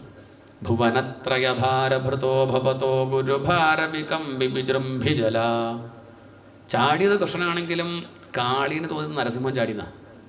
തൻ്റെ രാജധാനിക്ക് വലിയൊരു പർവ്വതം ഇടിഞ്ഞു വീണു. എന്താ നോക്കാൻ വേണ്ടി കാളിയൻ അങ്ങനെ ചീറ്റി വന്ന സമയത്ത് ദൂരത്തായിട്ട് കടുകുമണി പോലൊരു സാധനം അടുത്തേക്ക് വന്നു. കൃഷ്ണൻ്റെ ആ മോഹന രൂപം കണ്ട സമയത്ത് തം പ്രേക്ഷണീയ സുകുമാരഘനാവതാതം ശ്രീവത്സപീതവസനം സ്മിത സുന്ദരാസ്യം. ആ പുഞ്ചിരിച്ച മുഖം കണ്ട സമയത്ത് കാളിയനും ഒന്ന് കെട്ടിപ്പിടിക്കണം, ഉമ്മ വെക്കണം തോന്നിച്ചാൽ അതിപ്പോൾ അതിലതിശയമൊന്നുമില്ലല്ലോ. അത് തൻ്റെ ശരീരം കൊണ്ട് അങ്ങോട്ട് ചുറ്റി ഒന്ന് കൊത്തി, അല്ല കെട്ടിപ്പിടിച്ചു, ഉമ്മ വെച്ചു. പോരാ, തൻ്റെ ഭാര്യമാർക്കൊന്ന് കാണിച്ചു കൊടുക്കണം ഇയാളെ. തൻ്റെ തറവാട്ടിക്ക് കൊണ്ടുപോകാമെന്ന് കരുതി അങ്ങോട്ട് കൊണ്ടുപോകാൻ പുറപ്പെട്ടപ്പോഴേക്കും ഭഗവാൻ അങ്ങോട്ട് കൊതറി. ആയിരക്കണക്കിന് ഭണങ്ങൾ, അതിന് നടുക്കുള്ള ഭണത്തിൻ്റെ മുകളിൽ അങ്ങോട്ട് ചവിട്ടി. വഴുവഴുപ്പ് പിടിക്കാൻ വല്ലതും കിട്ടിയിരുന്നെങ്കിൽ നന്നായി എന്ന് കരുതി. ഇപ്പം തട്ടാനായിട്ട് വാലങ്ങട്ട് പൊന്തിച്ചു. സൗകര്യം തൻ്റെ ഇടത്തെ കൈ കൊണ്ട് ആ പാമ്പിൻ്റെ വാലങ്ങട്ട് പിടിച്ചു. തൻ്റെ വലത്തെ കാലങ്ങട്ട് പൊന്തിച്ചുള്ള നിൽപ്പ് കണ്ടു കഴിഞ്ഞാൽ പ്രണവം പോലെ, ഓം എന്ന് എഴുതിയതുപോലെ ഉണ്ട്. വലത്തെ കാല് പൊന്തിച്ചൊരു ചവിട്ടങ്ങട്ട് കൊടുത്തു പാമ്പിൻ്റെ നടുക്കുള്ള തലയ്ക്ക്. കാളിനെ മനസ്സിലായി, ചില്ലറക്കാരനല്ല. പിന്നെ ഓരോരോ തലകളായിട്ട് അങ്ങനെ പൊന്തിച്ച് കൊത്താനായിട്ട് നോക്കും. ഓരോരോ തലകൾ പൊന്തണം നോക്കി വലത്തോട്ട് ചാടും, ഇടത്തോട്ട് ചാടും, തിരിഞ്ഞു ചാടും. പിന്നെ അത് നൃത്തമായി പരിണമിച്ചു. അതിലൊരു ഋതം, ഒരു താളം വന്നു. ധിമി ധിമി ധിമി മിത്തി പതകൃത നടന ഢക ഢക ഢക ഢക മണിഗണ നികര ജയ ജയ രവയുത തുരഗണ വിനുത ഭണിവര ശിരസി നടതി മധുപതി. ആ ഭണിവരൻ്റെ ശിരസിൽ മധുപതിയായിരിക്കുന്ന ഭഗവാൻ അങ്ങനെ നൃത്തം വയ്ക്കാൻ തുടങ്ങി. ഈ നൃത്തം കണ്ട് പരമശിവൻ അവിടുന്ന് പുറപ്പെട്ടു നന്ദികേശ്വരനെയും കൊണ്ടിട്ട്. നന്ദികേശ്വരൻ മൃദംഗമൊക്കെ ഇട്ട് വന്നു. അങ്ങനെ അവിടെത്തി കേമായിട്ട് നന്ദികേശ്വരൻ കൊട്ടുന്നു. പരമശിവൻ താളം പിടിക്കുന്നു. നല്ലോണം നോക്കി മനസ്സിലാക്കി ഇതിൻ്റെ വക്കും വാലും കൂട്ടിയിട്ടാണ് അത്ര താണ്ഡവം ഉണ്ടാക്കിയത്. അപ്പോൾ ഇതെങ്ങനെ ഇരിക്കും? തച്ചിത്രതാണ്ഡവം ആണ്. ഇത് ചിത്രതാണ്ഡവം ആണ്. തച്ചിത്രതാണ്ഡവ വിരുഗ്ണഭണാതപത്രോ രക്തം മുഖൈരുരുവമൻ നൃപഭഗ്നഗാത്ര സ്മൃത്വാചരാചരഗുരും പുരുഷം പുരാണം നാരായണം തമരണം മനസാ ജഗാമ. ആദ്യമൊക്കെ മുദ്രാവാക്യം വിളിച്ചെങ്കിലും പരീക്ഷത്തെ അവസാനമായപ്പോഴേക്കും കുറച്ച് ചവിട്ടങ്ങോട്ട് കിട്ടിയപ്പോഴേക്ക് എല്ലാ ശിരസിൻ്റെ മുകളും ഭഗവാന്റെ സീല് വീണപ്പം ഭാവം മാറി. ചോര ഛർദ്ദിക്കാൻ തുടങ്ങി. അങ്ങല്ലാണ്ട് വേറൊരാൾ എനിക്ക് ആശ്രയമായില്ല ഭഗവാനെ എന്നാര് പറഞ്ഞു? ആ കാളിയൻ പറഞ്ഞു. കാളിയൻ്റെ അഹങ്കാരമാകുന്ന പണത്തിനാണ് ചവിട്ടിയത്. കാളി എന്നൊക്കെ പറഞ്ഞാൽ നമ്മൾ തന്നെ കേട്ടോ. ഈ പ്രകൃതിയെ ഇങ്ങനെ ചൂഷണം ചെയ്യുക, മലിനമാക്കുന്നവരെയാണെന്ന് പറയുന്നത്. അവരെയാണ് കാളി എന്ന് പറയുന്നത്. കോഴി വേസ്റ്റ് കൊണ്ടുപോയി തോട്ടിലിടുക, കുളത്തിലിടുക, അവരൊക്കെ തന്നെയാണ് ഈ കാളിയനായിട്ട് പറയുന്നത്. രാവിലെ നിന്ന് പുറത്തിറങ്ങിയാൽ കാണാം കാളിയന്മാരെയൊക്കെ. അങ്ങനെ പോകും, കാറിൻ്റെ ചില്ലങ്ങനെ താഴും, ഒരു പ്ലാസ്റ്റിക് കവർ അങ്ങനെ. ഈ തലയൊക്കെ എന്തെങ്കിലും ഒരു ദിവസം ഉണ്ടെന്നർത്ഥം. അതാണ് ഇവിടെ കാണിക്കുന്നത്. ജലത്തെ ശുദ്ധാക്കുകയാണ്. ഇനിയിപ്പോൾ വായുവിനെ ശുദ്ധാക്കും, അഗ്നിയെ ശുദ്ധാക്കും, പഞ്ചഭൂതങ്ങളെ ശുദ്ധാക്കണമെന്ന് പറഞ്ഞിരിക്കുകയാണ്. കാളിയൻ ചോദിച്ചു, അങ്ങല്ല എനിക്ക് ഈ വിഷം തന്നത്, അതുകൊണ്ടല്ലേ ഞാനിവിടെ കലക്കി കഴിയണത്. ഭഗവാൻ പറഞ്ഞു, അതല്ല, അങ്ങനെയല്ല പറയേണ്ടത്. നിനക്ക് വിഷം തന്നത് ഞാനാണ്. അത് കലക്കി കഴിയാനല്ല, മറ്റുള്ളവരെ ദ്രോഹിക്കാനല്ല. ഒരു ശക്തി ഒരാൾക്ക് തരുന്നത് പ്രതിരോധിക്കാനാണ്, മറ്റുള്ളവർക്ക് ഉപകാരം ചെയ്യാനാണ്. നമ്മളങ്ങനെ പറഞ്ഞാൽ അങ്ങനെ ഉണ്ടാവും. എല്ലാവരും ഉപദ്രവിച്ചിട്ട് ഈ ശക്തി തന്നത് ഭഗവാനാണ്.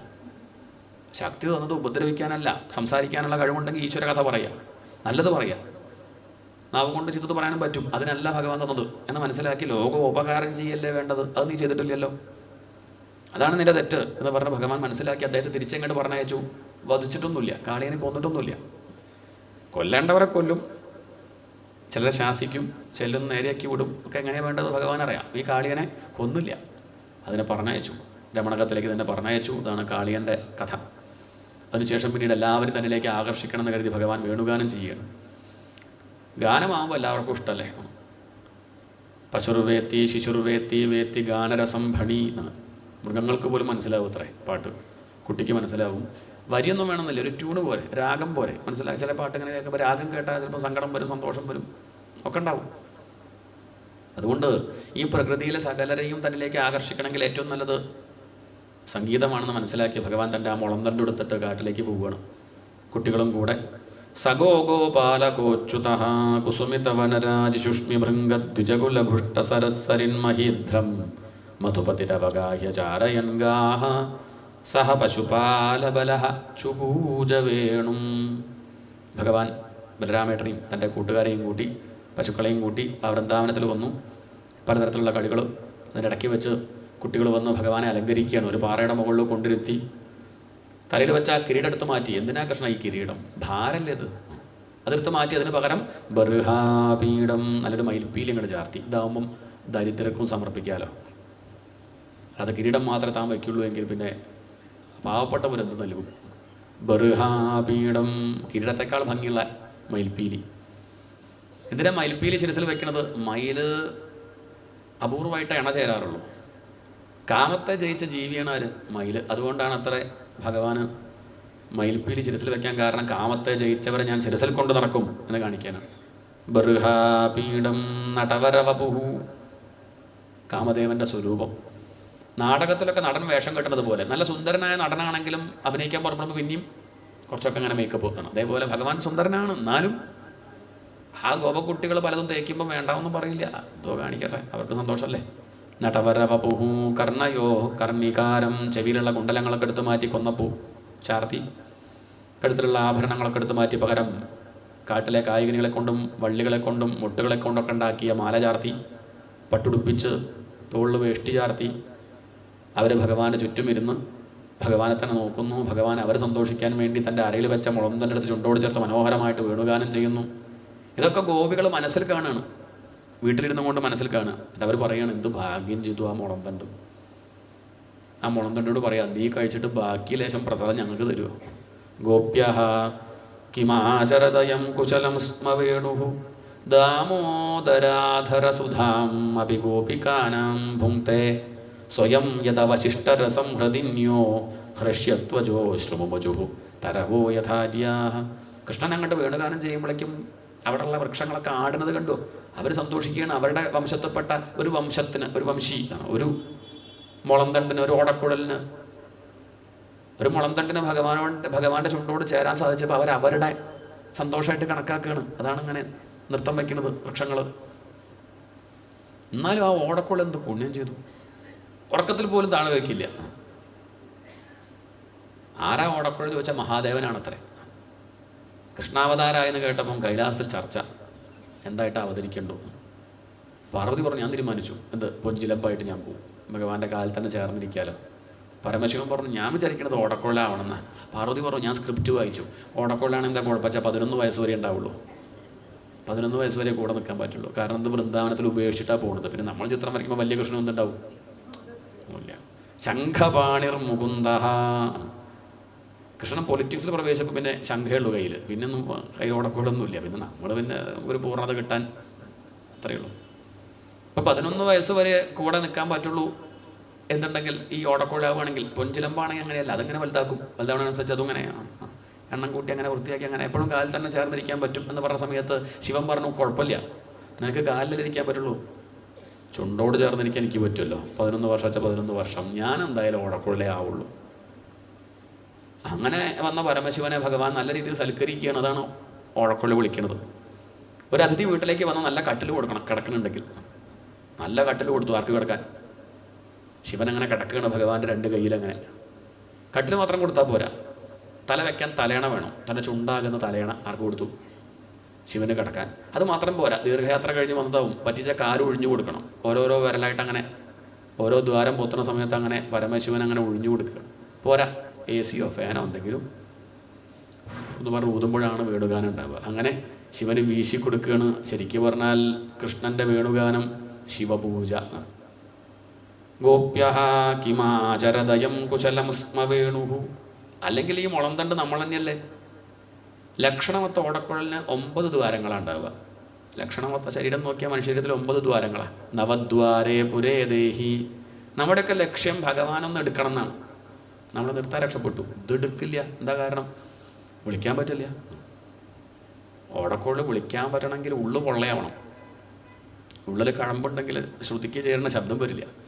നമ്മളൊക്കെ എടുത്തുകൊണ്ടായാൽ അതൊന്നും പറ്റില്ല. അത് ഈ ഭേദം ശബ്ദമേ ഉണ്ടാവുള്ളൂ. ഭഗവാൻ പറയും, വേണ്ട അവിടെ വെച്ചോളൂ, ചേരുന്നതാവണ്ടേ. ഇനി എടുക്കണം എന്നുള്ളൊരു വഴിയുള്ളൂ. ഓരോ ദിവസം ഭാഗവതം അങ്ങനെ കേട്ട് കേട്ട് കേട്ട് ഉള്ളിലുള്ള കഴമ്പ് അങ്ങനെ ചെത്തിക്കളഞ്ഞോളും. അതങ്ങനെ ചെത്തി ചെത്തി ഉള്ളിലുള്ള കാമക്രോധാദികൾ അങ്ങനെ പോയി പൂർണ്ണമായാൽ ആരെടുത്തോളും? ഭഗവാൻ എടുത്തോളും. അതിന് ശ്രമിക്കുക, വേണ്ടതെന്ന് കാണിക്കുകയാണ് അത്ര ഈ ഓടക്കുഴൽ. അവിടെയുള്ള മാന് കഴുത എന്ത് പുണ്യം ചെയ്തു? ഭഗവാന്റെ വേണുഗാനം കേൾക്കാൻ പറ്റുന്നുണ്ടല്ലോ. നമ്മളൊക്കെ പറയും എന്ത് വിവരമില്ലാത്ത ജന്തു എന്നായിക്കോട്ടെ, വിവരമില്ലെങ്കിൽ എന്താ? ഭഗവാന്റെ വേണുഗാനം കേൾക്കാൻ വിവരമുള്ള നമുക്ക് പറ്റണില്ലല്ലോ. വിവരമില്ലാത്ത ഈ ജന്തുക്കൾക്ക്, അതും ആൺമാനും പെൺമാനും ഒരുമിച്ചിരുന്ന് കേൾക്കുക വേണുഗാനം, ഒരുമിച്ചിരുന്ന് കാണുക. വേണുഗാനം അങ്ങനെ കാണുന്ന സമയത്ത് അവരങ്ങനെ ചെവി കുറിപ്പിച്ച് കേൾക്കും, കണ്ണുകൊണ്ട് കാണും. 2 പേരും കൂടി ഭഗവാന്റെ വേണുഗാനം അങ്ങനെ കണ്ട് കേശാദിപാദം ഭഗവാൻ നോക്കുന്നത് കണ്ടാൽ പൂജാം ദധുർവിരചിതാം പ്രണയാവലോകൈഹി, അവർ നോട്ടം കൊണ്ട് ദീപാരാധന കഴിക്കുകയാണോ തോന്നുന്നത്. രണ്ടുപേരും കൂടി നോക്കുന്നത് കണ്ടാൽ എന്ത് ഭാഗ്യം ചെയ്തു ആ മാനും കഴുതിയൊക്കെ. വേണുഗാനം കണ്ട് തുടങ്ങിയാൽ പ്രപഞ്ചത്തിൻ്റെ സ്വഭാവം മാറുകയാണ്. മുയലിനെ കണ്ട് കടിച്ചു കയറാനായിട്ട് വരുന്ന സിംഹം വേണുഗാനം കണ്ട് കേട്ടാൽ അടുത്ത് വന്ന് നക്കിത്തോർത്തുകയാണ്. ഇത് കണ്ട് ബ്രഹ്മാവ് നോക്കുക, ഞാൻ ഇവരെങ്ങനെയല്ലല്ലോ സൃഷ്ടിച്ചത്. അതൊക്കെ മാറി അവരുള്ളിലുള്ള ഭാവം, ശത്രുതൊന്നും പിന്നെ ഇല്ല.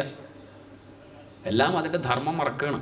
ഒഴുകണ പുഴയും കണ്ട് നിൽക്കും, ചിത്രം വരച്ചതുപോലെ. എന്നാൽ കല്ലോ അതങ്ങോട്ട് ഒഴുകാൻ തുടങ്ങി, അത് അലിഞ്ഞങ്ങോട്ട് ഒഴുകുകയാണ് വേണുഗാനം കേട്ടിട്ട്.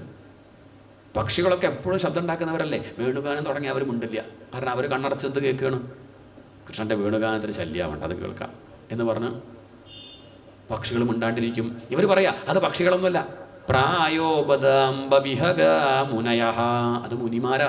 അവർ ഭസ്മക്കുരം തൊട്ട് താടി നീട്ടി കാവ്യം കൊണ്ട് കൊടുത്തിട്ട് രുദ്രാക്ഷം മാലം ധരിച്ച് അവിടെ വന്നിങ്ങനെ ഇരുന്നാൽ നമ്മൾ കളിയാക്കോ പേടിച്ചിട്ട് വേഷം മാറി പക്ഷികളുടെ വേഷം കെട്ടി വന്നിരിക്കുക, അല്ലെങ്കിൽ ഇങ്ങനെ മിണ്ടാണ്ടിരിക്കുക പക്ഷി എന്ന് ഗോപികൾ. ആ ഗോവർദ്ധന പർവ്വതത്തിൻ്റെ ഭാഗ്യം നോക്കൂ. രാമകൃഷ്ണ ചരണസ്പർശ പ്രമോദ, രാമകൃഷ്ണന്മാരുടെ ചരണസ്പർശം ഏൽക്കാൻ പറ്റണില്ലേ. അതിൻ്റെ മുകളിൽ പൂത്തു നിൽക്കുന്ന ആ മരങ്ങൾ കണ്ടാൽ ഭക്തന് രോമാഞ്ചം ഉണ്ടായതുപോലെ. മുകളിൽ നിന്ന് ഒഴുകി വരുന്ന നദി കണ്ടാൽ ഭക്തർക്ക് ഭാഗവതം കേൾക്കുമ്പം കണ്ണീര് വരില്ലേ. അതിൻ്റെ നിൽപ്പ് കണ്ടാൽ ഭാഗവതം കേൾക്കുമ്പോൾ നിവർന്നിരിക്കില്ലേ ഭക്തൻ, അതുപോലെ. അതൊരു പർവ്വതമൊന്നുമല്ല കേട്ടോ. ഇങ്ങനെ അവർ പറയാണ്, ഇവിടെയുള്ള പർവ്വതങ്ങളും വള്ളികളും പക്ഷികളും മൃഗങ്ങളും ഒക്കെ നോക്ക് ഭഗവാനിലേക്ക് ഇങ്ങനെ ഒഴുകുമ്പോൾ മനുഷ്യജന്മം കിട്ടി നമ്മൾ ഒഴുകിയില്ലെങ്കിൽ എത്ര മോശ എന്ന് ഗോപികമാർ പരസ്പരം പറയാണ്. അതുകൊണ്ട് ഇനി കാത്തിരിക്കാൻ വയ്യ, ഭഗവാനെ നേടണം. ഇതാണ് ജീവിത ലക്ഷ്യം. നമുക്ക് നമ്മുടെ ഗുരുനാഥനെ പോയി ഒന്ന് കണ്ടാലോ. ശാണ്ഡിലിനെ പോയി കണ്ടു, ഭഗവാനെ നേടണം എന്നുള്ള ആഗ്രഹം അറിയിച്ചു. ശാണ്ഡില്യം പറഞ്ഞു, നേടേണ്ട വിഷയമല്ല, കിട്ടിയിട്ടുണ്ട്. പക്ഷെ നിങ്ങൾക്കത് മനസ്സിലാവാത്തത് മായ കൊണ്ടാണ്. അതുകൊണ്ട് മായയെ നീക്കുകയാണ് വേണ്ടത്. അതിനുള്ള വഴി ഞാൻ പറഞ്ഞു തരാം. മായയോട് യുദ്ധം ചെയ്യാൻ പറ്റില്ല, അതുകൊണ്ട് മായയോട് പറയും ഒന്ന് മാറിത്തരണേ. യുദ്ധം ചെയ്യാൻ പറ്റില്ല, കാരണം ശക്തി കൂടും അതിന്.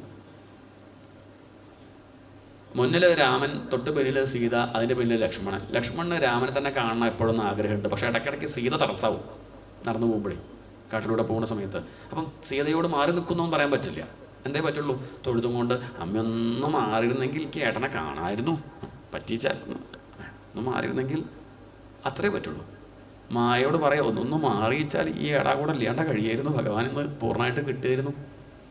കാത്യായനി മഹാമായേ, അല്ലയോ മഹാമായേ, മഹായോഗിനി അധീശ്വരി നന്ദഗോപസുതം ദേവി പതിമേ കുരുതേ നമ. ഈ നന്ദഗോപരുടെ ഉണ്ണി ഞങ്ങളുടെ പതിയാണെന്നുള്ള സത്യം ഞങ്ങൾക്ക് തെളിയിച്ചു തരണേ.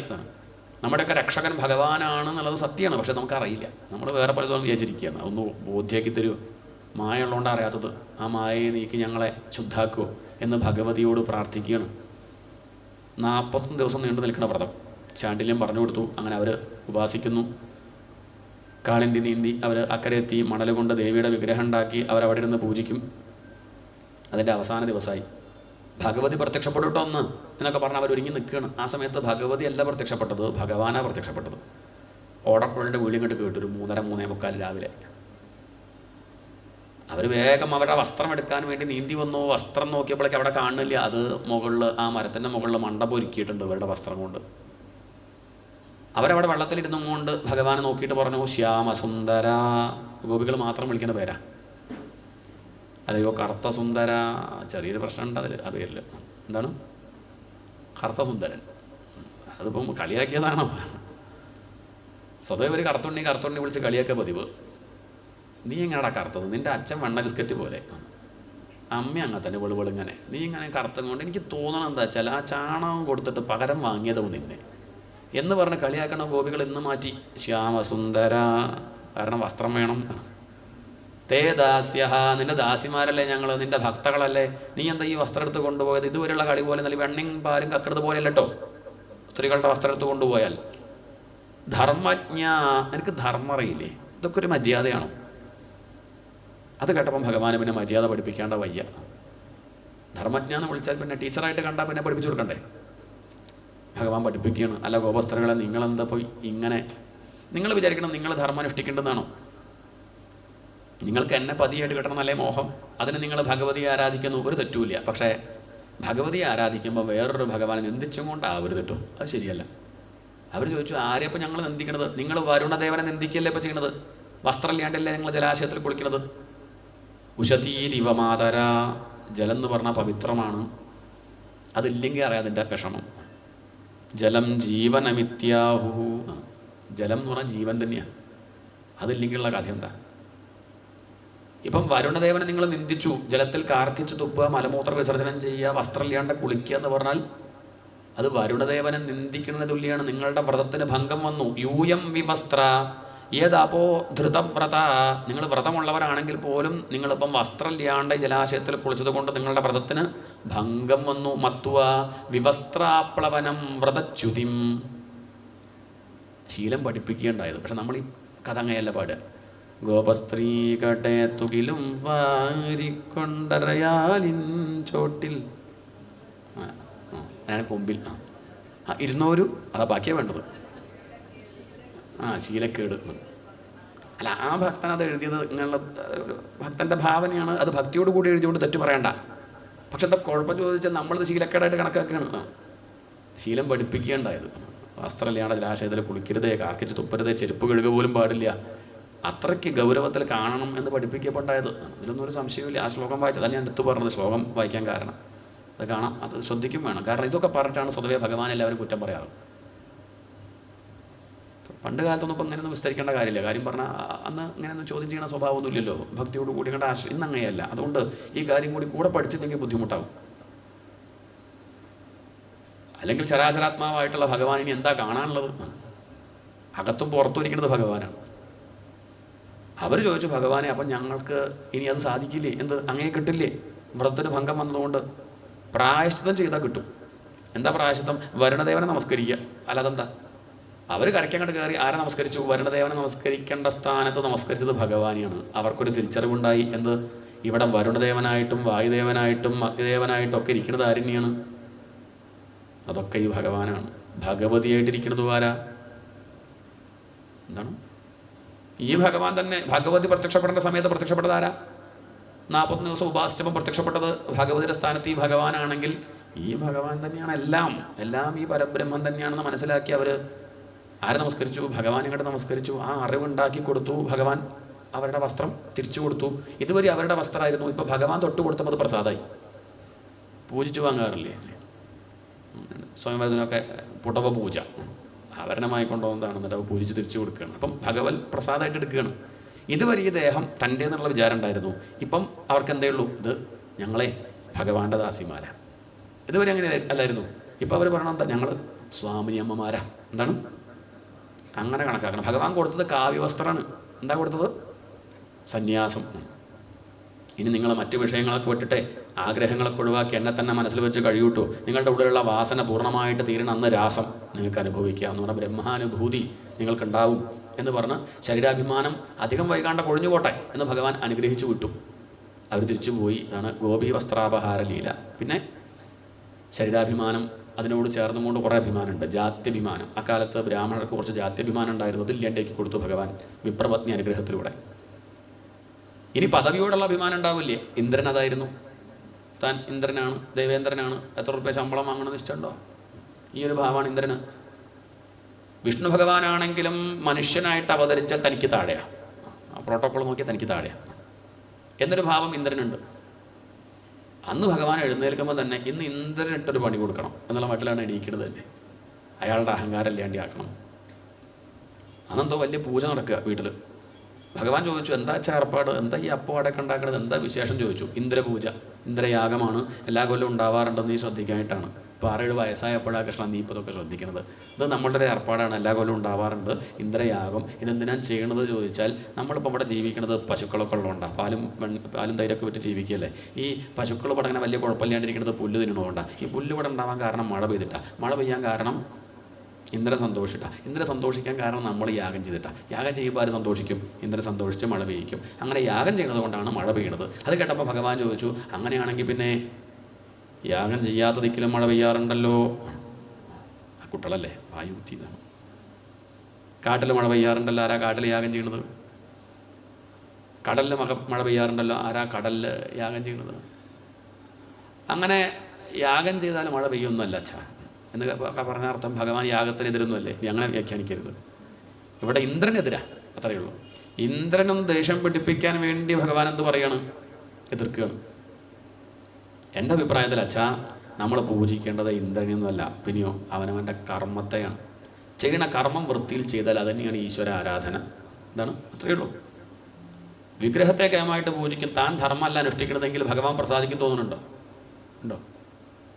ചെയ്യണ കർമ്മം ഈശ്വര പൂജയായിട്ട് ചെയ്യുക. അതുകൊണ്ട് തസ്മാത് സംപൂജയേത് കർമ്മ, പൂജിക്കേണ്ടത് കർമ്മത്തെ തന്നെയാണ്. അങ്ങനെയുള്ള ആൾക്കിനി വേറൊരു പ്രാർത്ഥന ആവശ്യമൊന്നുമില്ല. ചായയിൽ പഞ്ചസാര ഇട്ടു എന്നിട്ട് പ്രാർത്ഥിക്കാം, മധുരം ഉണ്ടാവരുതേ ഉണ്ടാവരുതേ ഉണ്ടാവരുതേ. ഒന്ന് കാണിച്ചു തരൂ. അതിൽ മധുരം ഇടാണ്ടിരിക്കാനുള്ള വിവേകം ഭഗവാൻ തന്നിട്ടുണ്ട്. അതല്ലേ വേണ്ടത്? വിടാണ്ടിരിക്കുക. ഇതൊന്നും മനസ്സിലാക്കാണ്ടാണ് നമ്മളിങ്ങനെ ഓരോന്ന് പറയണത്, കാണിക്കുകയാണ്. അതുകൊണ്ട് ചെയ്യണ കർമ്മം വൃത്തിയിൽ ചെയ്യല്ലേ വേണ്ടത് വെച്ചാൽ, നമ്മളുടെ ദേവത ആരാ ചോദിച്ചാൽ അത് ഇന്ദ്രനൊന്നുമല്ല, ഈ പശുക്കളാണ് നമ്മുടെ ദൈവം. അവരുള്ളതുകൊണ്ടല്ലേ നമ്മൾ കഴിഞ്ഞു കൂട്ടുന്നത്. അതുകൊണ്ട് അതിനെ നല്ലോണം സ്നേഹിക്കുക. വെറും പാല് കിട്ടേണ്ട ഒരു യന്ത്രമായിട്ട് കാണാണ്ടിരിക്കുക, അതാണ് വേണ്ടത്. അതുകൊണ്ട് ഗോപൂജ പോരാ, ഈ ഗോവർദ്ധന ദേവതയാണ് നമ്മളെ രക്ഷിക്കുന്നത്. ഇത് നമ്മുടെ പരദേവതയാണ്. അതാണ് ആ മേഘത്തെ തടഞ്ഞു നിർത്തിയിട്ട് മഴ പെയ്യിക്കുന്നത്. അതുകൊണ്ട് ഗോവർദ്ധനത്തെ പൂജിക്കുക എന്ന് പറഞ്ഞാൽ പാറ പൊട്ടിക്കാണ്ടിരിക്കുക, മണൽ വാരാണ്ടിരിക്കുക, പ്രകൃതിയെ പൂജിക്കണം എന്നായി പറയണത്. ഈ കാണുന്ന പ്രകൃതി തന്നെയാണ് ഭഗവാൻ. നീ പറഞ്ഞു വരുന്നത് ഇപ്പം എന്താ? ഈ അപ്പോടെയൊക്കെ എടുത്തിട്ട് പശുക്കൾക്ക് കൊടുക്കുക. ആ ഗോവർദ്ധനത്തിൻ്റെ ഗുഹയിലൊക്കെ ധാരാളം പേരുണ്ട്, പുറമേക്ക് വരാണ്ട ഗോത്രവർഗ്ഗക്കാർ പലരും. അവരൊക്കെ മുഖ്യധാരയിലേക്ക് കൊണ്ടുവന്നിട്ടേ ഒരുമിച്ചിരുത്തി അങ്ങോട്ട് ഭക്ഷണം കൊടുക്കുക, നമ്മൾ ഒരുമിച്ച് അങ്ങോട്ട് കഴിക്കുക. ഇങ്ങനെ ഗോവർദ്ധന പൂജയും ഗോപൂജയും വേണമെന്നാണ് എൻ്റെ അഭിപ്രായം എന്നാര് 7 വയസ്സുണ്ണി നന്ദഗോപുര മറ്റുള്ള കൂട്ടുകാരോട് ചോദിച്ചാൽ എന്താ ഇപ്പം വേണ്ടു? ഇവൻ ഇങ്ങനെയൊക്കെ ഓരോന്ന് പറയുന്നുണ്ട്. നമ്മളിപ്പോൾ ഇത്രയും കാലമായിട്ട് ചെയ്ത് ഇവരൊരു കാര്യം കണ്ട് നിർത്തി ഇങ്ങനെ ചെയ്യാമെന്ന് പറഞ്ഞാൽ കൂടുള്ളവർ പറഞ്ഞു സംഗതി ഇപ്പം അയാൾ പറയുന്നത് തെറ്റെന്ന് പറയാൻ പറ്റില്ല. 7 വയസ്സ് പ്രായം പറഞ്ഞിട്ട് കാര്യമില്ല, യുക്തിക്ക് നിരക്കണതാണ് പറഞ്ഞത്, നമുക്കത് അങ്ങോട്ട് കേൾക്കാം. ശരി, അങ്ങനെ ഒരുങ്ങി. ഇതുവരെയും ചെയ്യാത്തൊരു കാര്യമാകുമ്പോൾ എങ്ങനെയാണ് വേണ്ടതെന്ന് ഇഷ്ടമില്ല. ഭഗവാൻ ഞാൻ പറഞ്ഞു തരാം. ബാധ്യരായിട്ട് കൃഷ്ണൻ തന്നെ ഇരിക്കുക. പശുവിനെ കൊണ്ടുവരൂ, അതുകൊണ്ട് വന്നു. ഒരു മാല ചാർത്തവും ആണ്. അത് പശുവിന് ഇപ്പോൾ ചാർത്തിയാലും ഇല്ലെങ്കിൽ ഒരുപോലെ തന്നെ ഇട്ടു. അല്ല, നമ്മളുടെ ഭാവമാണ്, അതിനെ ആരാധിക്കുകയാണ്. ഇനി ആ ഗോവർദ്ധന ചുറ്റും പ്രദക്ഷിണം വയ്ക്കുക, മന്ത്രം ജപിച്ചോളൂ എന്നൊക്കെ പറഞ്ഞ് ഭഗവാൻ തന്നെ ചെയ്യുന്നു. നമസ്കരിച്ചോളൂ. ഞാനാണ് ഗോവർദ്ധന ദേവത എന്ന് പറഞ്ഞ് ഭഗവാൻ തന്നെ വേറൊരു രൂപം ധരിച്ച് വന്നിട്ട് അപ്പോഴേക്ക് എടുത്ത് കഴിക്കുകയും ചെയ്തു. വലിയ വിശ്വാസമായി ആർക്ക്? ഗോപന്മാർക്ക്. ഗോപപാലന്മാർക്ക് കുറച്ച് വിഷമമായി. കാരണം ഇന്ദ്രപൂജ കഴിഞ്ഞ് ഇവരിനെ ഈ അപ്പോഴൊക്കെ കഴിക്കാറ്. ഇന്ദ്രൻ വരാറൊന്നുമില്ല. അത് പ്രാവശ്യം കിട്ടിയില്ല. അതൊക്കെ ഭഗവാൻ തന്നെ എടുത്ത് കഴിക്കുകയും ചെയ്തു. ഇനി എന്ത് വിഷമമുണ്ടെങ്കിലും ഞാൻ നിങ്ങളുടെ കൂടെ ഉണ്ടാവും എന്ന് ഭഗവാൻ തന്നെ ഗോവർദ്ധനത്തിൻ്റെ രൂപത്തിൽ അനുഗ്രഹിച്ച് പറഞ്ഞു. അവർക്ക് വലിയ ആശ്വാസമായി. നമുക്ക് ഗോവർദ്ധനല്ലേ ആ ഒരു വിശ്വാസം. ഇത് ഇന്ദ്രൻ അറിഞ്ഞു. ഇന്ദ്രൻ ഡയറി നോക്കിയപ്പോൾ ഇക്കൊല്ലത്തെ പൂജ കിട്ടിയില്ല, കഴിഞ്ഞില്ലേ. ആഹന്ത അങ്ങോട്ട് വർദ്ധിച്ചു. 10 കാശ് കയ്യിൽ കിട്ടിയപ്പോഴേക്ക് ഇടയന്മാർ എൻ്റെ നേരെ പുറപ്പെടുക. പണ്ടൊന്നും ഇങ്ങനെ പ്രശ്നമില്ലായിരുന്നു. ഇപ്പോൾ കുറച്ച് പശുക്കളൊക്കെ ഉണ്ട്. പാല് വിറ്റ് 10 കാശ് കിട്ടിയപ്പോഴേക്കും എനിക്ക് ആ 7 വയസ്സ് കൃഷ്ണൻ്റെ വർത്തമാനം കേട്ടിട്ട് നന്ദഗോപുരം ഇങ്ങനെ ചെയ്യുന്നു വിചാരിച്ചിട്ടില്ല. ഇന്ദ്രസ്തദാത്മന പൂജാം വിജ്ഞായ വിഹതാം നൃപ ഗോപേഭ്യ കൃഷ്ണനാഥേഭ്യോ നന്ദാദിഭ്യശ്ചുകോപസഹ.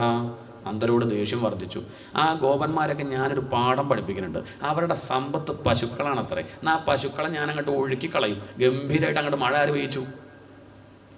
ഇന്ദ്രന് മഴ പെയ്യിക്കാനുള്ള ശക്തി എവിടുന്നാണ് കിട്ടിയത് ഇഷ്ടമുണ്ടോ? എവിടുന്ന? ഇത് ഭഗവാന്റെ ശക്തിയാണ്. അതുപോലും ആരും ഓർക്കണില്ല, ഇന്ദ്രൻ ഓർക്കണില്ല. ഇന്നലെ നമ്മൾ കഥ കേട്ടതല്ലേ, ഈ ഇന്ദ്രൻ വന്ന് തൊഴുത് നമസ്കരിച്ച് ഭഗവാനോട് പ്രാർത്ഥിച്ചത് കൊണ്ടാണ് വിഷ്ണു ഭഗവാൻ ആരായിട്ട് വരുന്നത്? കൃഷ്ണനായിട്ട് അവതരിക്കുന്നത് തന്നെ. എന്നിട്ടിപ്പോൾ നോക്കൂ, കൃഷ്ണനായിട്ട് അവതരിച്ചപ്പം ദ്രോഹിക്കുക.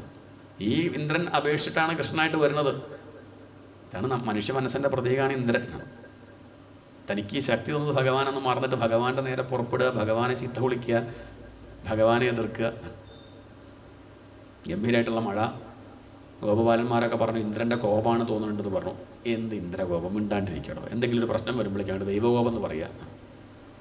നമ്മുടെ കരുതലിനെ അങ്ങോട്ട് വരില്ലേ? അതൊന്നും പ്രശ്നമില്ല. നമുക്ക് പരദേവത ഉണ്ടല്ലോ. നീ വിഷമമുണ്ടെങ്കിൽ ഗോവർദ്ധനത്തോട് പറഞ്ഞാൽ പോരെ എന്നും പറഞ്ഞ് ഭഗവാൻ അങ്ങോട്ട് ഓടി. കുട്ടികൾ പിന്നാലെ ഓടി. അല്ലയോ ഗോവർദ്ധന ദേവത, നീ കാണില്ലേ ഞങ്ങളുടെ വിഷമം? നീയല്ലേ ഞങ്ങൾക്കുള്ളൂ എന്ന് പറയലും ഗോവർദ്ധനം ഭഗവാന്റെ അടുത്തേ അങ്ങോട്ട് വന്നു. കയ്യിലേക്ക് അങ്ങോട്ട് കയറിയിരുന്നു. ഭഗവാൻ ചെറുവിരലങ്ങോട്ട് പൊന്തിച്ചു. ഗോവർദ്ധന പർവ്വതം അതിൻ്റെ മുകളിൽ. ഭഗവാൻ എൻ്റെ കുട്ടികളോടും കൂടെയുള്ളവരോടും പറഞ്ഞു, ഗോവർദ്ധനം പറഞ്ഞത് എന്താണെന്നറിയോ? എന്നെ ആശ്രയിച്ചോളൂ, സമാധാനമായിട്ടിരിക്കാം, ഈ മഴയൊന്നും ബാധിക്കില്ല എന്ന് പറഞ്ഞ അർത്ഥം ഗോവർദ്ധനത്തെ ആശ്രയിച്ചോളൂ എന്നല്ല. എന്താ വെച്ചാൽ വിചാരിക്കാം, കുട്ടികൾക്കും ഗോപന്മാർക്കും ഗോപസ്ത്രീകൾക്കും ഒന്നും ഒരു സംശയവും ഇല്ല. അവരൊക്കെ ഭഗവാന്റെ അടുത്തേക്ക് അങ്ങോട്ട് നിന്നു. പുറമെ പെരും മഴ, പക്ഷെ ഒരു തുള്ളി വെള്ളം അവരുടെ തലയ്ക്കായിട്ടില്ല. ഒരാൾക്ക് പോലും ഒരു തുമ്മലോ ഒരു ജലദോഷം ഒന്നും ഉണ്ടായിട്ടുമില്ല. ഗംഭീര മഴ 7 ദിവസം. ക്ഷുത്രവ്യഥാം സുഖാപേക്ഷാം ഹിത്വാ തൈർവ്രജവാസിഭിഃ വീക്ഷ്യമാണോ ദധാവദ്രിം സപ്താഹം. എന്താണ് സപ്താഹം? സപ്താഹം വായിച്ചൊന്നല്ല, 7 ദിവസം അത്ര അർത്ഥമുള്ളൂ. സപ്താഹം നാചലത് പദാത് 7 ദിവസം. ആ കാലൊന്ന് മാറ്റിവെക്കുക പോലും, പണച്ചു വെച്ചതാണ്, ഒന്ന് മാറ്റിവെക്കാം, കൈയൊന്ന് മാറ്റുക, വിരലൊന്ന് മാറ്റുക. വിശപ്പ് ദാഹം ഒന്നും ആർക്കില്ല, ഭഗവാനില്ല, വെള്ളം കുടിച്ചിട്ടില്ല, ഭക്ഷണം കഴിച്ചിട്ടില്ല, പുഞ്ചിരിച്ചും കൊണ്ട് തമാശയൊക്കെ പറഞ്ഞ് ആ 7 ദിവസം ഒരു ദുരിതാശ്വാസ ക്യാമ്പ്, ഒരു സ്പിരിച്വൽ ക്യാമ്പ്. അവരൊക്കെ ഭഗവാന്റെ കൂടെ തന്നെ ഭഗവാൻ എങ്ങനെ കേശാദിപാദം കണ്ട് തമാശ പറഞ്ഞും കൊണ്ട് ചിരിച്ച് ഭജന പാടിയും കൊണ്ട് 7 ദിവസം. ഇന്ദ്രൻ അവിടുന്ന് ശ്രമിക്കുന്നുണ്ട് ഇവരെ ഉപദ്രവിക്കാൻ. പക്ഷെ ആ ഉപദ്രവമൊന്നും ആർക്കും ഏൽക്കണില്ല. ആ ഗോപബാലന്മാർക്കും ഗോപന്മാർക്കും ഗോപസ്ത്രീകൾക്കൊന്നും ഏൽക്കണില്ല. കാരണം എന്താ? ആരാ കൂടെ ഉള്ളത്? കൂടെ ഭഗവാൻ ഉണ്ടെങ്കിൽ എന്താ ഏൽക്കുമോ?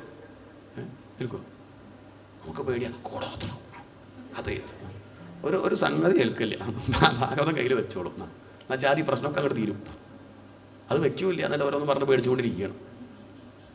ഒരു സംഗതി ആരും ഉപദ്രവിക്കാൻ നോക്കിയാലും ഭഗവാനെ ആശ്രയിക്കുന്ന ഒരാളെ ഏൽക്കില്ല എന്ന് കാണിക്കാനാണ് ഇപ്പോൾ ഈ കഥ തന്നെ.